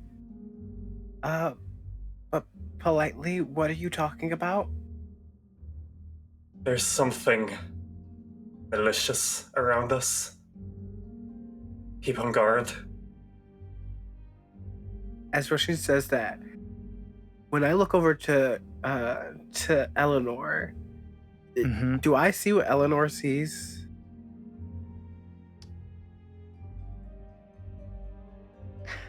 Which is where we're going to cut over to Elanor. About this, to Elanor. quote my favorite movie saga ever, I have a bad feeling about this. You find yourself amongst a caravan of travelers, all wearing leather armor, short swords and daggers on their hips. Amongst them, we see a figure, rugged, handsome. He looks towards Elanor with a warm smile on his face. He signs to her. You're late. And he says, by the way, I found where your family's located. Everyone is okay. Survived the attacks, apparently. I wanted it to be a surprise. He pulls out a piece of paper. He says, this has all the details. Where you need to go. Holds it in his hand. But I need you to do something for me first, before I give this to you. You can respond if you'd like. When she does respond, her hands move less assuredly than the group has seen them move. They move a lot slower, unsure as to whether or not they are making the right movements. And she will reply with, Of course, what do you need me to do? He smiles widely at you. He signs back to you. That's why you're my favorite. And he signs to you. I need you to head to Varangol. We have a target that needs to be eliminated. He's been embezzling money at the pits of Kaliavin to increase his standing politically. And one of his opponents wants him handled. Sounds easy enough. I can probably do it when he's not looking. Perfect. And Elanor, you would sign. Just so that I know this will be completed. He takes the paper with the information on it, sparks a match, lights it in front of you. He stands up and walks over to you. And he says, I remember all the details. When you get back, I'll give them to you. And then he kneels down, gives her a kiss on the top of her head, says, thanks, love. And then he'll walk away. As you come back. Or what would we see, I guess, before this kind of, you find yourself back in the forest? I think it's like somebody physically just punched her in the gut. And if she could make a wailing noise, I think she would. Mm-hmm. But she kind of just like doubles over and is just kind of standing there, forcing out sobs that the eyes and ears of Ocularis will never be able to hear, but probably knows exist. Mm-hmm. The leaves on the trees kind of shake a little bit. As you all see this, I'm going to give everybody a moment to kind of take in what they're seeing, what they're hearing around you. As you start to hear echoing throughout the space. Elanor, are you all right? She doesn't move or answer. I think Thessalus kind of takes a couple steps in that direction. He kind of lifts a hand as if maybe to attempt to comfort. Doesn't seem to know what to do. She's just gonna stand there crying, man. She's not really there. Thessalus, as you walk towards Elanor, you feel the hot heat of the sun. As Elanor seems to vanish in front of you, you see sand beneath your feet, blood scattered across it. And you hear metal doors screeching to a close behind you. And you notice a figure standing next to you.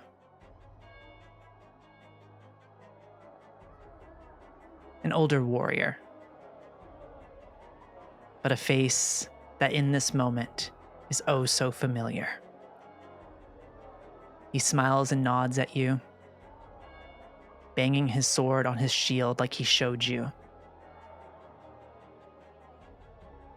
He looks, are you ready to do this, kid? In this moment, does Thessalus feel like who he just was, or does it seem like he's been kind of moved back in time? You feel like you've been moved back in time in this moment. I think kind of caught with that, he'll kind of look down at himself, trying to ground where he is and kind of what he is in this moment. kind of what's on him, what's in front of him. Mm-hmm. Kind of confirming for himself if this is what he thinks. Yeah. You see across the way another set of metal doors that open wide as these beasts emerge. They're the size of grizzly bears, but wolf-like in appearance. Hollow hounds. They let out this blood-curdling growl, snarling in the air and charging towards the two of you.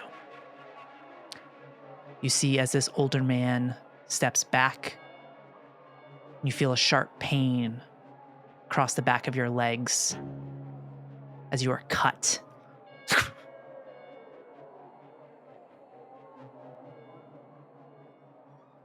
You feel yourself fall to your knees as you see this man sprint and climb the walls, leaving you here for the hounds.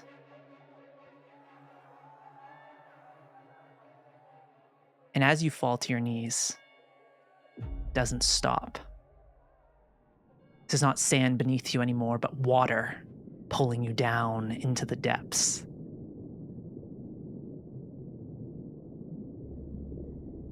As you come back to. Okay. Do I see this happening to him? Yeah. The second, whenever I see Thessalus fall down to the ground and I begin to see it sort of taking over him, I'm going to tilt Thessalus' head towards me and enrapture him. Yeah, I think as kind of this happens, almost like he's kind of moving without thinking. I think he'd fall to his knees, and as he kind of feels the water around him, I think he'd just begin thrashing around, trying to find something other than water. Do I have to roll to hit?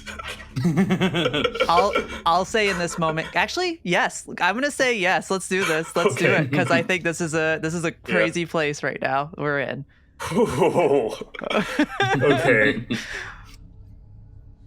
You know, I have hope, so I love you I will spend a hope to use Terrible Beauty on this. Okay. That is 16 plus 3, 19 plus 2, 21 with fear. Okay.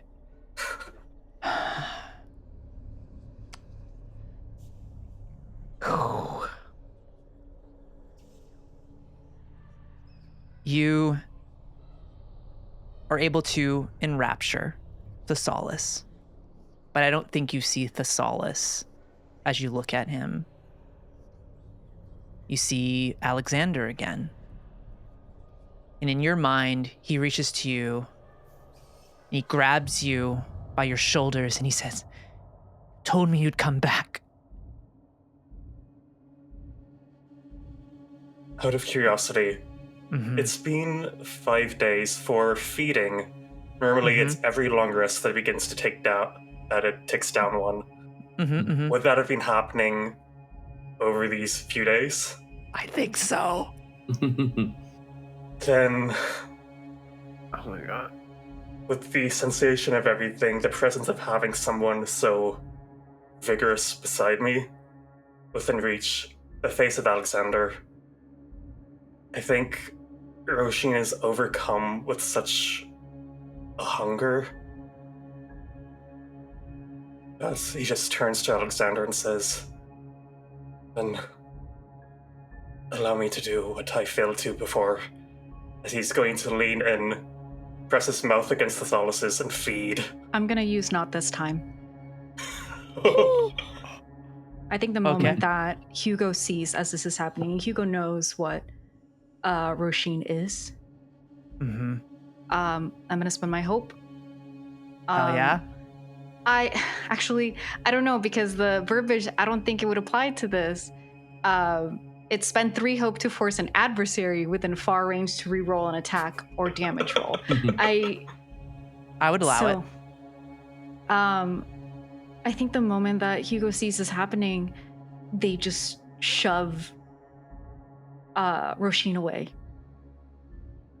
Okay. Before they can even get the to grab at Thessalus. Big kind of with the enrapture as well, because it doesn't prevent attacks, right? It just means I can only see and hear you. I think nothing else. Thessalus in this moment, maybe not really out of everything yet, kind of still feeling as though he's coughing up water, and with that kind of terrible beauty and this idea of this kind of like awe for this thing in front of him, I think he still sees Halstead, and kind of this like betrayer attempting to hurt him.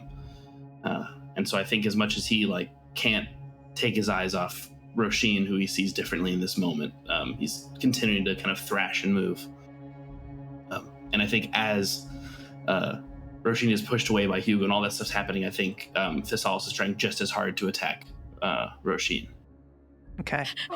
I'm going to cast Slumber on Thessalus. Yeah, I think this is great. And I'm going to say, I know mechanically it says like Róisín has to reroll, but we'll just say that in this moment, I'm going to just make the call and say that Hugo is able to push you away in this moment here. That's fine. Kind of snapping you out of it. Yeah.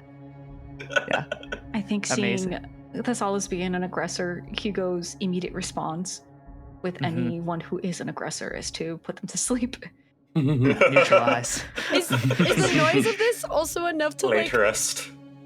snap me out of it? I also have telepathy. I also have telepathy with Elanor. So I think I I was just yelling at you. Save this spell slot. I'll just tackle Thessalus. Well, the good thing is, I mean, there's no spell slot either. Like it really is just a spell cast roll.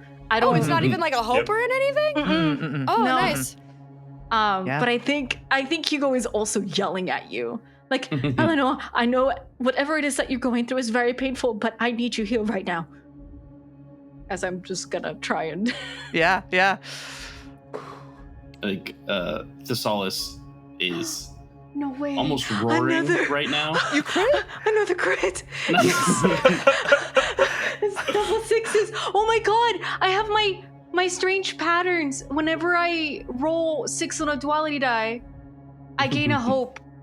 Get like 3 hope from this. Yeah, you get double hope. Yeah, you'll get 2 hope from that. Because it's a crit. Yeah, and you clear stress. 6s. Yeah. Nice. Wow. Okay. Yeah. Such a beautiful moment for that. Well, isn't it like 3 hope because it's 2 6s and then 1 for the crits? Yeah. I only it's only 1 6. Okay. Yeah, okay, it's okay, only okay. you only use it 1 time per long rest. Oh. Amazing. Okay. All right. Thessalus drops.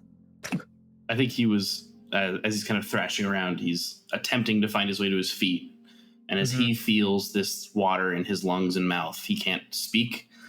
And so I think he's truly like kind of roaring like an animal as he's kind of trying to scramble to his feet. And then as this kind of magic hits him, will just kind of slump to the ground, mostly buried in his pelt. I think Elanor, as Thessalus jumps, or as Thessalus like slumps to the ground, I think Elanor jumps. Like she flinches, which is very unusual for her. And she's like standing there like holding herself, and she just looks up at Hugo with like absolute fear and like just absolute confusion and fear in her eyes. Hugo's just like looking up to Cordy and Doc. Any ideas? What is going on? I remember hearing something about a spirit in these woods, but I can't remember anything else. Cordy's been seeing things since before we got here, so I don't know if he's not What the fuck? Cody's tripping. Permission to have done something completely not self-preserving at all. Yes. Tripping. I think balls. having seen my companions sort of Doc rolling the crit knows that like the woods give people like memories back, and obviously can sort of put 2 to 2 together to be like that's probably what's happening to their companions. And so I think in this moment, while this is all happening in the sort of hullabaloo of Thessalus and Róisín in this moment, I think Doc, probably without people noticing, has sort of wandered into the woods hoping something would happen to them. Like they are fully searching for a memory. I will spend a fear to make that happen. Because I've been spending fear like crazy. Round of applause. And then Hugo looks up and only sees Cordy and immediately asking the questions like, any idea? Doc is 100% the person who, like, if all your friends are going to run off a cliff, would you do so too? Doc's the first one off Cordy. The cliff. You look up and see Cordy, but he is also no help. He's seeing things already. No. Big seeing things. Cordy is best friends with the Hat Man. Yeah. The Hat Man is Hugo. So, as you look around, where's Doc? We focus back in on that very person you're looking for. Doc, as you walk into these woods, they slowly dissipate into this little meadow, and you see fireflies all around. It's beautiful. The air is cool and crisp. And you hear the sound of a river. Familiar river. You would hear the crunch of frosted grass beneath your feet. But what's strange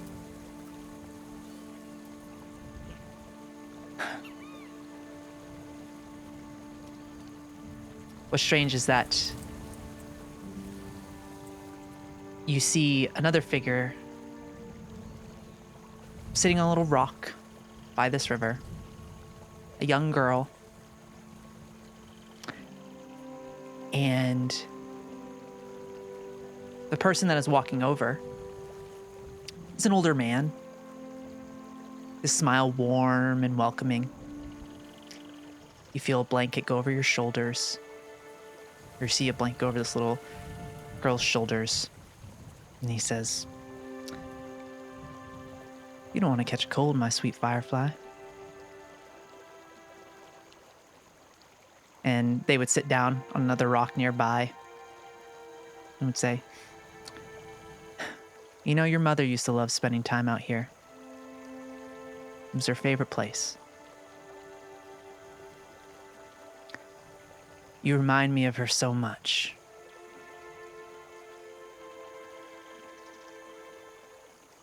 I think Doc just is running towards the visits of these two people, just trying to get as close as they can. You run towards these people, and you hear a voice call out. Familiar name. Doc. You see the man at the river turn around and look in your direction as the name Doc is said. Do you look as well in that moment? For sure. Instinctually? Yes. Kind of as you look around, it's strange because as you look around, you see what you were running towards is now behind you as you look at the man at the river and the young girl. And he looks at her, and his face is heavy with concern. And he says, "I should go." He places his hand on the girl's shoulder, but he kind of starts coughing himself. And you would see this black ichor in his hands. And that hand on his shoulder would start to shrivel and wither. The rest of his body, as he looks towards this young girl, his face carrying a sense of defeat, sadness, and he looks at her and he says, I'm sorry I couldn't save you. I tried. I really did. And we would see as his body turns to dust and moves away from you into the water. It ripples, and what you see looking up at you is a face, twisted and undead. It's familiar and different at the same time. And you hear a whisper on the air next to you that just says, "I'm so sorry," as you come back.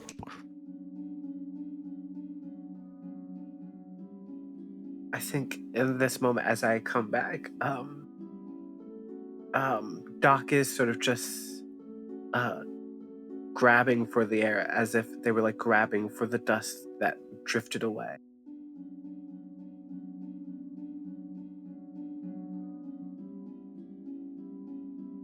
Cordy, yeah. So, I have a thought. Cordy has an experience called helpful hallucinations. And I think... Of course. I'm toying with the idea right now of, because this is Cordy's world, what if he can see everyone else's and can walk through them? Oh my. Is that possible right now? I will let you roll for it. We will let the dice decide. Oh my god. Okay. Let's do a knowledge roll, I'll say, with this experience. Cool. DC 15. Awesome. I'm going to use Adept and mark a stress to double my experience.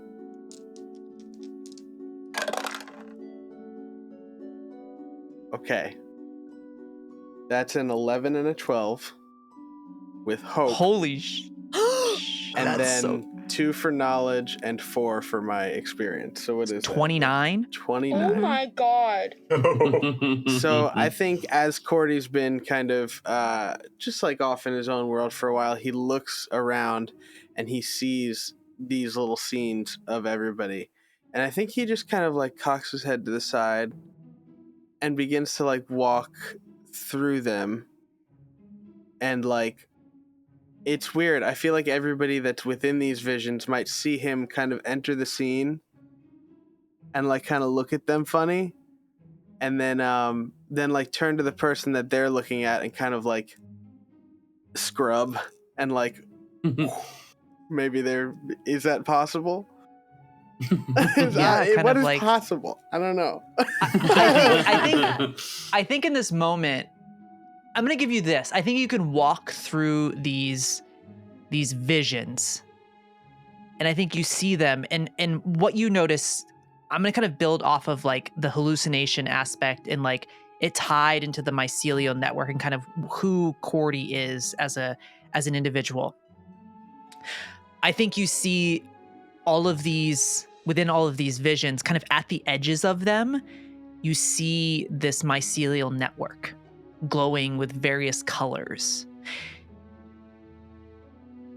And I think it leads you on a path to the source of what is causing all of this.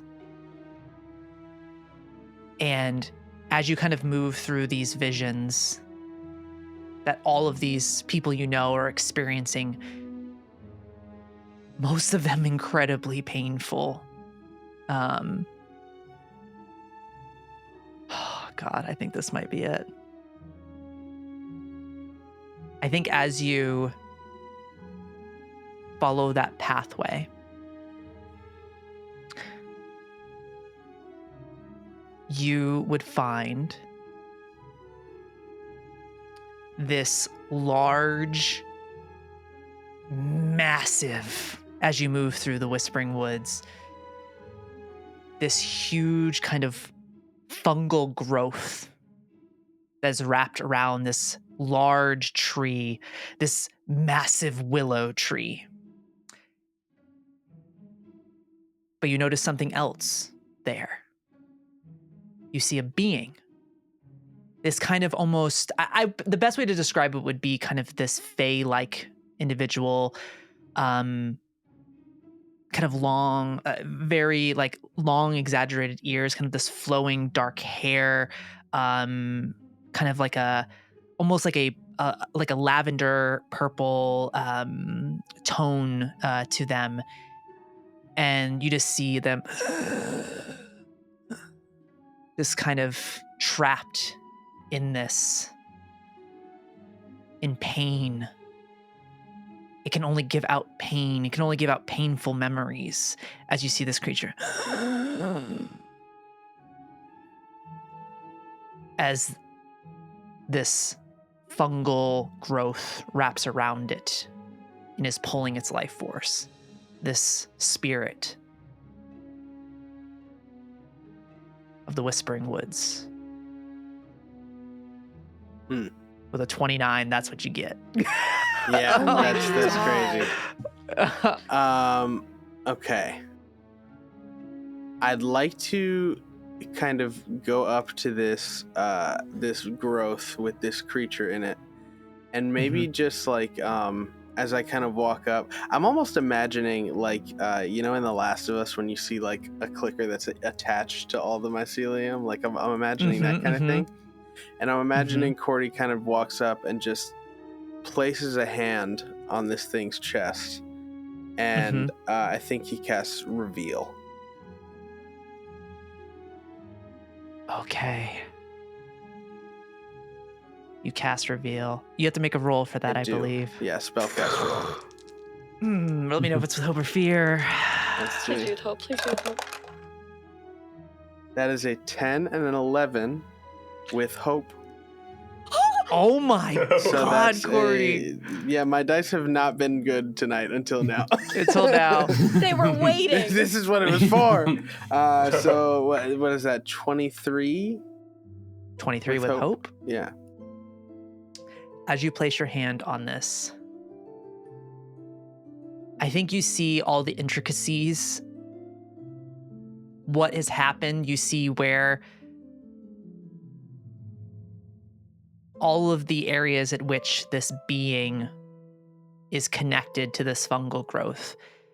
What would need to happen to either remove it or speak to this mycelial network in a way that would release this being from its captivity here. I think you also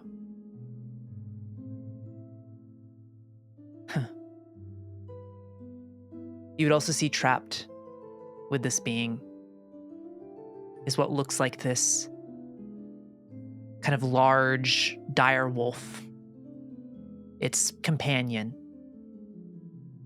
kind of purplish, like midnight, like kind of this dark purplish fur.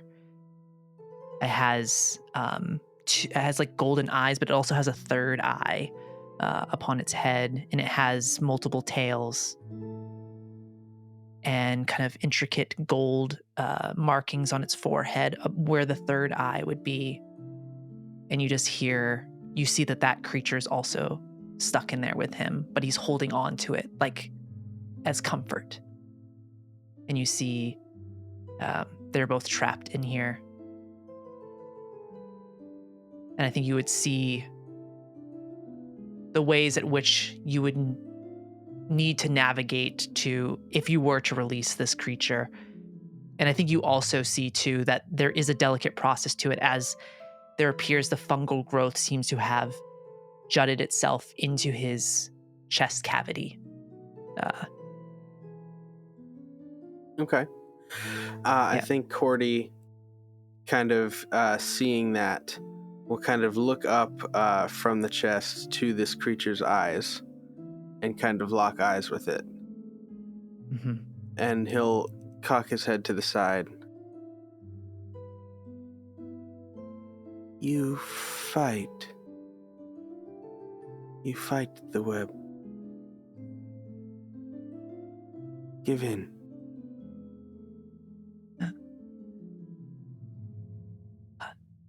You hear a shallow breath.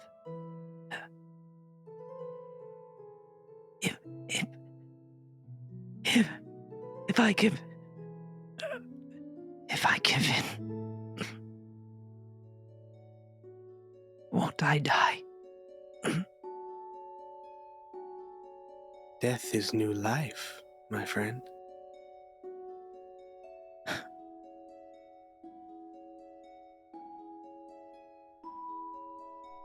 Go ahead and make one more roll for me, Cordy. This is going to be a presence roll.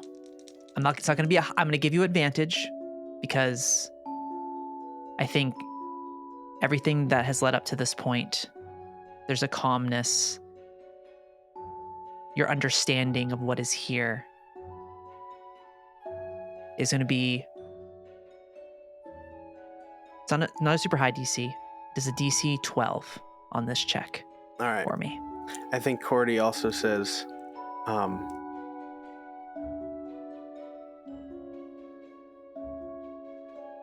the web is not your adversary. You will use it and find more dominion.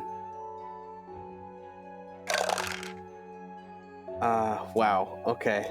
Guys, we're on fire tonight. That's a 12 and a 9 with hope, plus a 3 on the advantage die, and then a 1 for presence. So that's... So 25? Yeah, 25. Hot damn. 25 Yeah.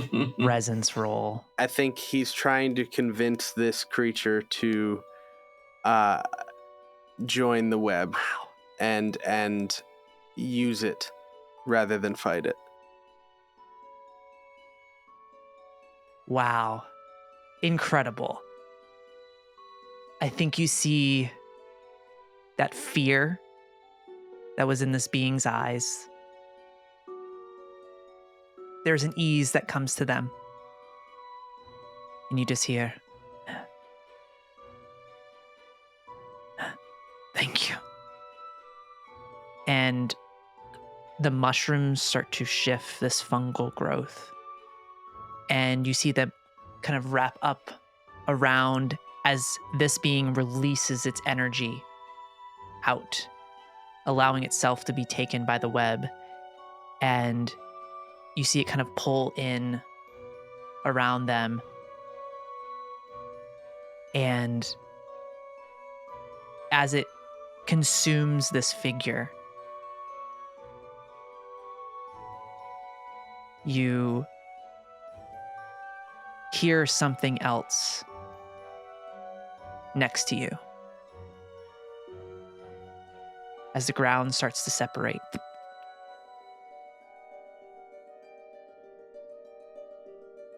And sometimes giving in just means letting yourself being part of something for a moment and not fighting with it. And as this figure releases their energy, the Dwemer that is within them, into this, we see this figure start to take shape, new growth. As you see the forest spirit standing next to Cordy. Fungus growing on very much like Cordy, but it is beautiful. Elegant, almost looks like a pauldron, a mushroom pauldron off of its body. And you see standing at his hip would be this large dire wolf with fungal growth on it, kind of flaring out above its ears. And I think he looks to Cordy and goes, all that time, I fought.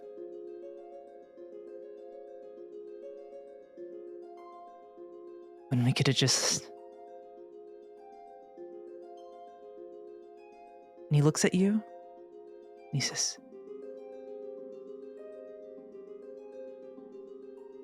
I thought I felt your presence in there.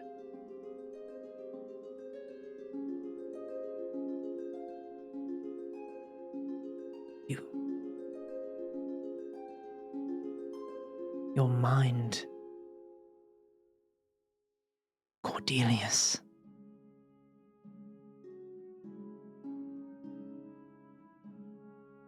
You know me.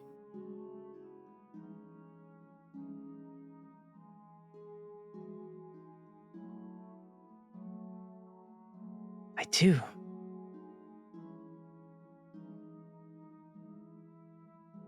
Not sure how.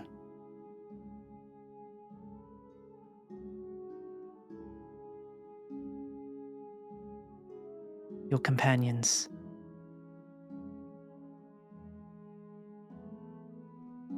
I need to tell them I am sorry for what I have put them through.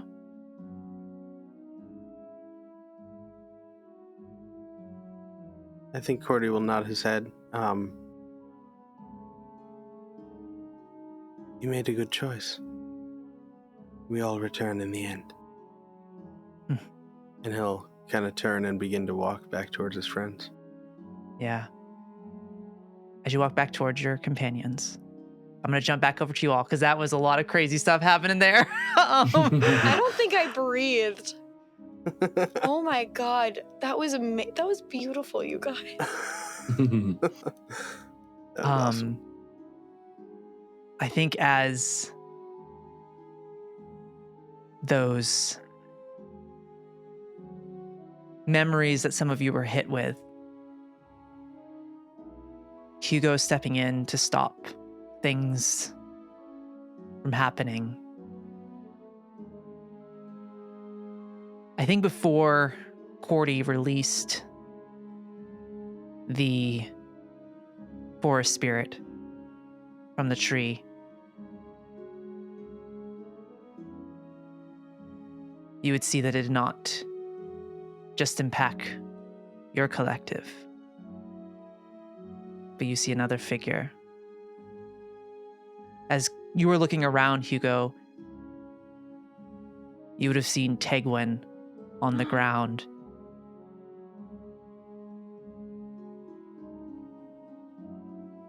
Holding her chest. And you would just see in this moment just tears of blood running down her face. And we're going to go inside her head for a moment as we explore something here. Wow. Oh, that was great. So, as you look over Hugo and you see this, kind of as you get everybody out, before we kind of flash back for a moment, Tegwin would be looking at someone. We see darkened clouds all around. It is the end. The boats are sailing away. And she stands in front of a person. A woman.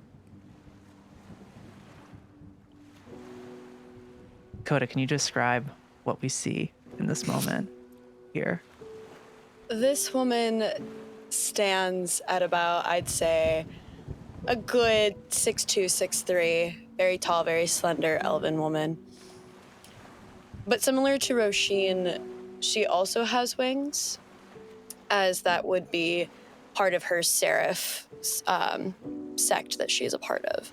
Her wings resemble that of a hawk's. She has this very beautiful, wavy brown hair that kind of just ebbs and flows in the wind. And she looks to Tegwin with these very bright hazel eyes. And I think we see Tegwin just reach out and place her hand on her face. And she says, I'll find you after I finish what I need to. Promise. Are you sure that this will actually end?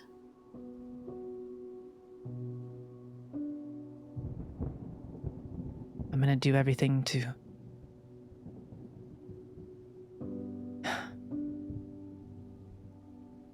I don't know.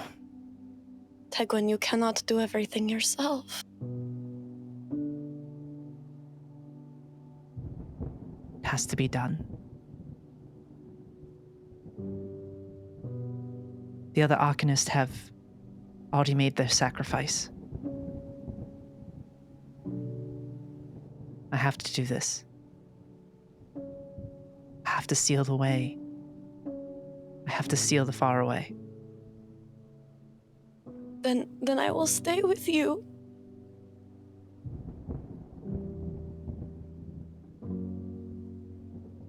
You need to help those that couldn't make it on the boats. Find shelter. Find a place to hide.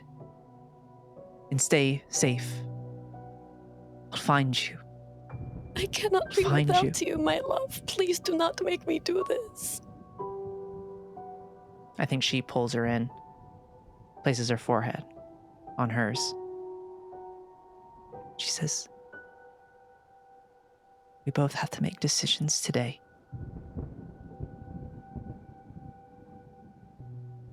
I need you to do this for me, all right? Please.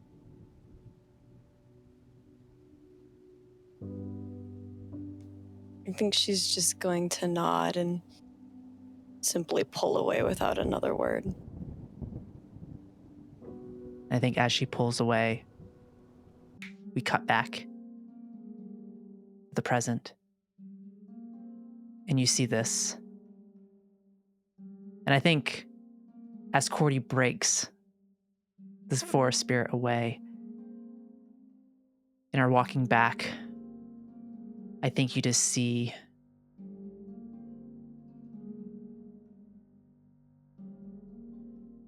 you would see she's on her, Tegwin is on the ground, is clutching her chest. Where do we see Róisín, Thessalus doing in this moment? Hugo, where's Doc? As all of this, as this is all happening here. I think considering that everyone has been affected by this, I think the only one that's kind of like still in the process, I think this is still happening before Cordy breaks through. Hugo has this moment of seeing Tegwin go down. Thessalus is on the ground in slumber. Róisín is standing there having almost feasted upon someone without their consent. And Elanor is also coming from this as Hugo has been yelling at them to snap out of it. But Hugo points a finger at Róisín. Don't you dare move. You stay there. You do not move. And then they're going to run over to Tegwin. Just to check on her and make sure that she's okay. I am going to use a mending touch, mainly because they see the blood, and blood is bad. Blood should be inside of the body, not outside of the body. yeah. Not good. I think all my bleeding's internal anyways. That's where the blood is supposed to be. Yeah. Hugo just thinks that something is harming Tegwin. So I think their immediate reaction is mending touch to clear any stress or anything. I think a single point of stress, I would say. Yeah, I think as you do mending touch, I think she would reach to Hugo. I think just needing someone to. She just needs to feel attachment to someone in this moment, and I think she reaches for Hugo and just gives like a squeeze on the arm. It's all right. It's all right. It's just a vision. You can come out of it. Thank you, Hugo. Can you stand? I think so. And she would get up, and I think as she gets up, you would notice that Tegwin looks a little older now. Zoinks. Yeah. A little bit more silver in her hair as well as she stands up. Hugo doesn't comment on it. I think Hugo will once again call out to Elanor. I could really use your help just to bring Tegwin back to the group. And also, you should probably check in on Thessalus. He is asleep, but he is okay. Also, keep an eye on Róisín. And then Hugo is going to turn in a direction that Doc went and then scamper in that direction, trying to go get Doc. Elanor does not Here's move. a good question for you, Kylie. How much of a menace am I in this moment? Should we roll? Yeah, let's roll for it. Let's see how much of a menace you are, and then I'm gonna have Should all Cordy. of us? I can't keep being the parent in this situation. I think Tegwin would. The con mom. Yeah, I think Tegwin Yeah. would start walking over as that What happens. do I roll for this? Go ahead and Or and how then much of a mess Thessalus- I am? Are Yeah. we all rolling for how much of a mess we are? It is just Yeah, it'll just be a. Let's just do an instinct roll, DC 10. cool. Okay, yeah, I made this. This is Okay, it's a 15. reaction roll. We'll just say reaction Yeah. roll. Okay, Cool. you're able to collect yourself. Probably also Brilliant. to, yeah. I think as we, I feel like at this point we start to see Cordy like, what? But before Cordy goes, actually, Thessalus, I want to jump back to you, and then we'll bring. Brilliant, yeah. because if not, I was going to go invisible. What Since are you doing? Róisín is just perched over Thessalus. Róisín is just perched over Thessalus, like almost out of Jennifer's body, that moment where his mouth and jaw sort of distend, and there's just rows upon rows of thorny-like teeth. It's just a bite down, but he's trying to like angle Thessalus' neck to try and like bite down on him. He just sort of snaps back and returns to his normal-looking self. Mm-hmm. Oh. My apologies. I think I let my hunger get a wee bit of the better of me. There. What the fuck is wrong with you? I was just a wee bit hungry, and I feel as though I have just a few more memories to be played with than the rest of you.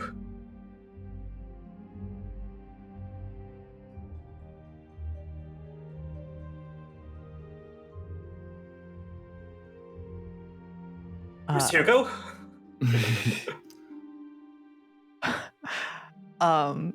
Hugo has run off into the woods. Tegwin. I think Tegwin would maybe she would look at Róisín and say, Hugo went out into the woods to find Doc. I also don't know where Cordy is. He just kind of wandered off too, I think. Is and Thessalus still asleep? Cordelis. I think she would. And I'll go running after Cordy as soon as she says that. Amazing. I think Tegwin would wake up Thessalus. She just pour some water on him, maybe. But go ahead. Oh, not Oh my not God. water. Don't do that. Not water. No, she's not gonna water for him. Sorry, I take that back. Retcon. Backspace. Thessalus was experiencing a memory of almost drowning. Oh. And then he was put to sleep. So he was underwater, unable to move. And I think that changed from a memory to a nightmare in which he's been slowly sinking deeper and deeper. And this whole time he's been laying there in almost a fetal position, mostly covered by his pelt, and just every few moments he's been seizing as his brain and his body are fighting to see if he can breathe again. May I? Can I jump right now? May I say psych right Teacher? Yes. I think upon as Hugo is yelling at Elanor and all this is happening, and then finally kind of somewhat snapping into it again with what Róisín just did, I think the moment Róisín answers, it's like, who are you? Oh, and she kind of drops to her knees and just kind of hugs Thessalus as best as she can. And it's just in both a comforting and a constricting way to kind of give pressure and weight to comfort him and get him to wake up. Okay. Go ahead and make a presence roll for me. We'll say a DC 10 on this. It's a reaction roll, so don't worry about hope or fear. Oh, okay. I was going to say, I'm not good at those. Oh, but I still have my rally die. You do still have your, and that ends that goes away at the end of the session. Ooh, is that? No, okay, it's not. I thought I crit, but it's not. I'm actually going to use my rally die for this. Better. Okay, that is a 12. 12, perfect. Elanor wraps herself around Thessalus, trying to offer comfort. And she can't speak. Nope. God. I think she just puts her forehead on his cheek and is just taking really big deep breaths. Does she take his helmet off? Yeah. And I think there's tears on his face. Yeah. The tears are mingling. There's tears from her, tears from him. Yeah. I think as you remove his helmet, you can see kind of more directly the kind of battle going on in his mind, as his eyes are almost peaceful, and you can feel these breaths as he's trying to fight against his own body to get some air into his lungs. I think she will mouth, however, despite not being able to speak, just kind of constantly going, I'm here, I'm here, I'm here, I'm here. I think as you mouth that, and I think the warmth, because the coldness of the water, I think feeling Eleanor's warmth against your face in that moment, and the warmth of tears, I think that would be the moment maybe when Thessalus is able to take in that breath as you feel warmth, that you are alive. You can breathe. Yeah, I think he kind of starts, and even if he's kind of still in some form of slumber, as that kind of memory maybe shifts and eases a little bit with Eleanor's presence, I think he's able to kind of take a breath and relax a little bit. Amazing. What we'll do from there, as you relax, kind of ease up a little bit, we'll cut over to, I think, let's go Doc. You're still out in the woods. What do we find you doing? I'm going to kind of loop around here, and then we'll do Doc and Hugo, and then kind of back over to Cordy, and then Róisín. I think Doc in this moment, if Hugo is running up, I think what Hugo sees is sort of, are there trees around me? Oh yeah, definitely. Then yeah. I think on one of the trees you probably see sort of haphazardly scribed in with Hugo with the Doc's sword is sort of the best sort of facsimile of the face that she saw towards the end of their vision, carved in with their sword, and you just see Doc sort of wandering around searching for another memory, just trying desperately to get something else. Doc. Yes. You ran into the woods? You didn't tell anybody? You just bolted? I was trying to the woods give memories, and I was trying to get a memory. It's not safe right now. I'm okay. I know that you're okay, but I can't heal everybody. I don't know if they're suffering in some form or way. You're the only one that can do it. We need you back, please. I think though like Doc can't change their facial expressions, there's definitely a moment of hesitation in this moment. Like one part of them just wants to keep looking for memories, but like also is like, I can't let my companions down in this moment. So like hesitantly like agrees to come with Hugo. Okay. Hugo takes one last look at that image of the man. Mm-hmm. And then just follows Doc. I'm sorry. Thank you.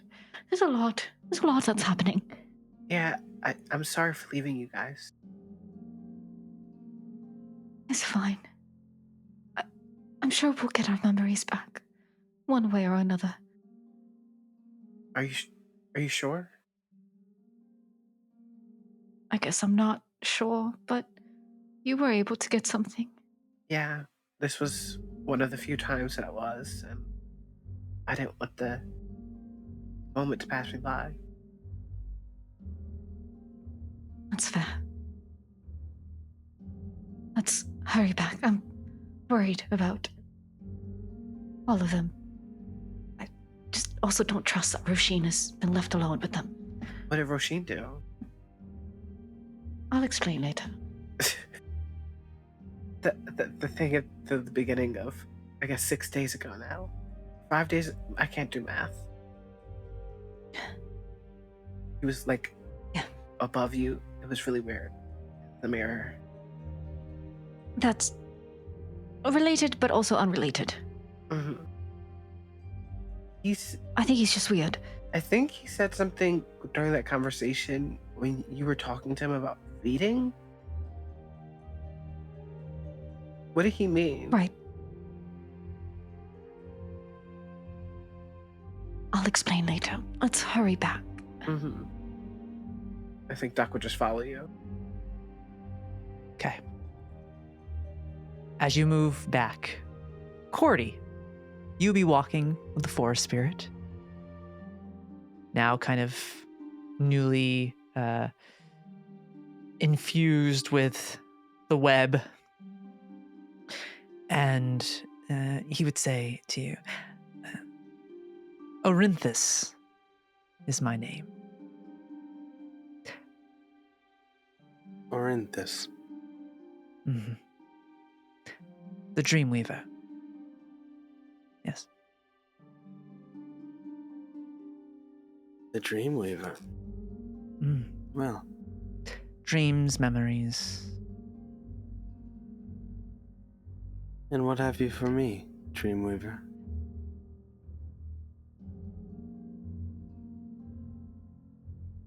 Would you like to know if someone you care deeply for is still alive? I would. He reaches out. He places his hand. He would stop. He says, "May I?" He has his hand right by your forehead. He places his hand on your forehead. And you feel yourself almost pushed out of your body as you feel yourself pulled through the web.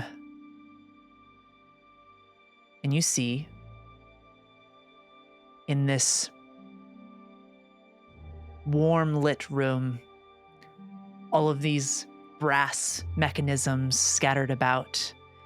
You hear the whirs and shifting of cogs. And you see a young elven woman. Dark hair, little spectacles. She's wearing a black shirt with little ruffles on the top. And you see her working, scribbling away in tomes. You see sitting next to her is a little container with a very familiar mushroom within it.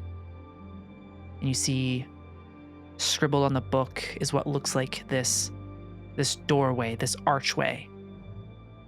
It's been rewritten numerous amounts of times. And you see her working, scribbling away. And you hear another voice in the distance. Fiora, I need your help over here. And you see the woman turn around as if she's looking at you. And you see your assistant, Fiora. And you see her walk towards you and walk outside of this space. And you see the sun. You see this place looks almost otherworldly.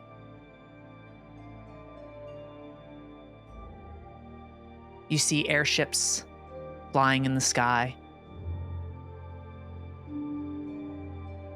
You see this railway with a train going past. You see kids playing. You see people smiling. You see a city.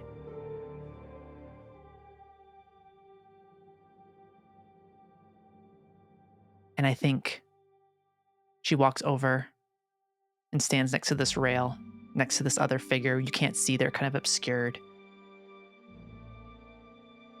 And in her hand is a device. She hands it to her. And she says, I think this might be able to send some people back to Atalantia.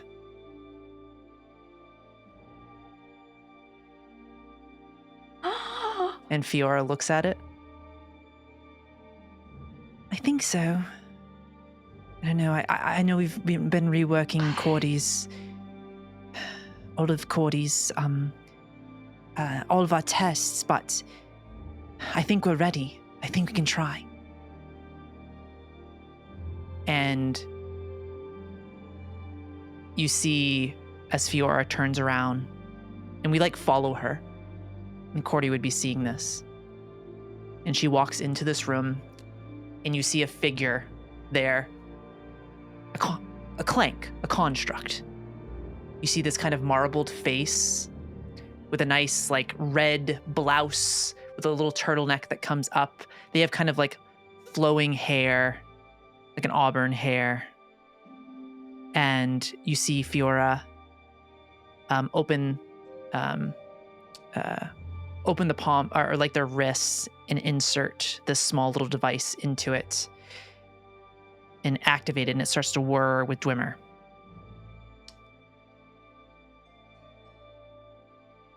And you watch as she brings this. Watch Fiora walk over to this archway, a familiar archway, as it hits your mind, Cordy.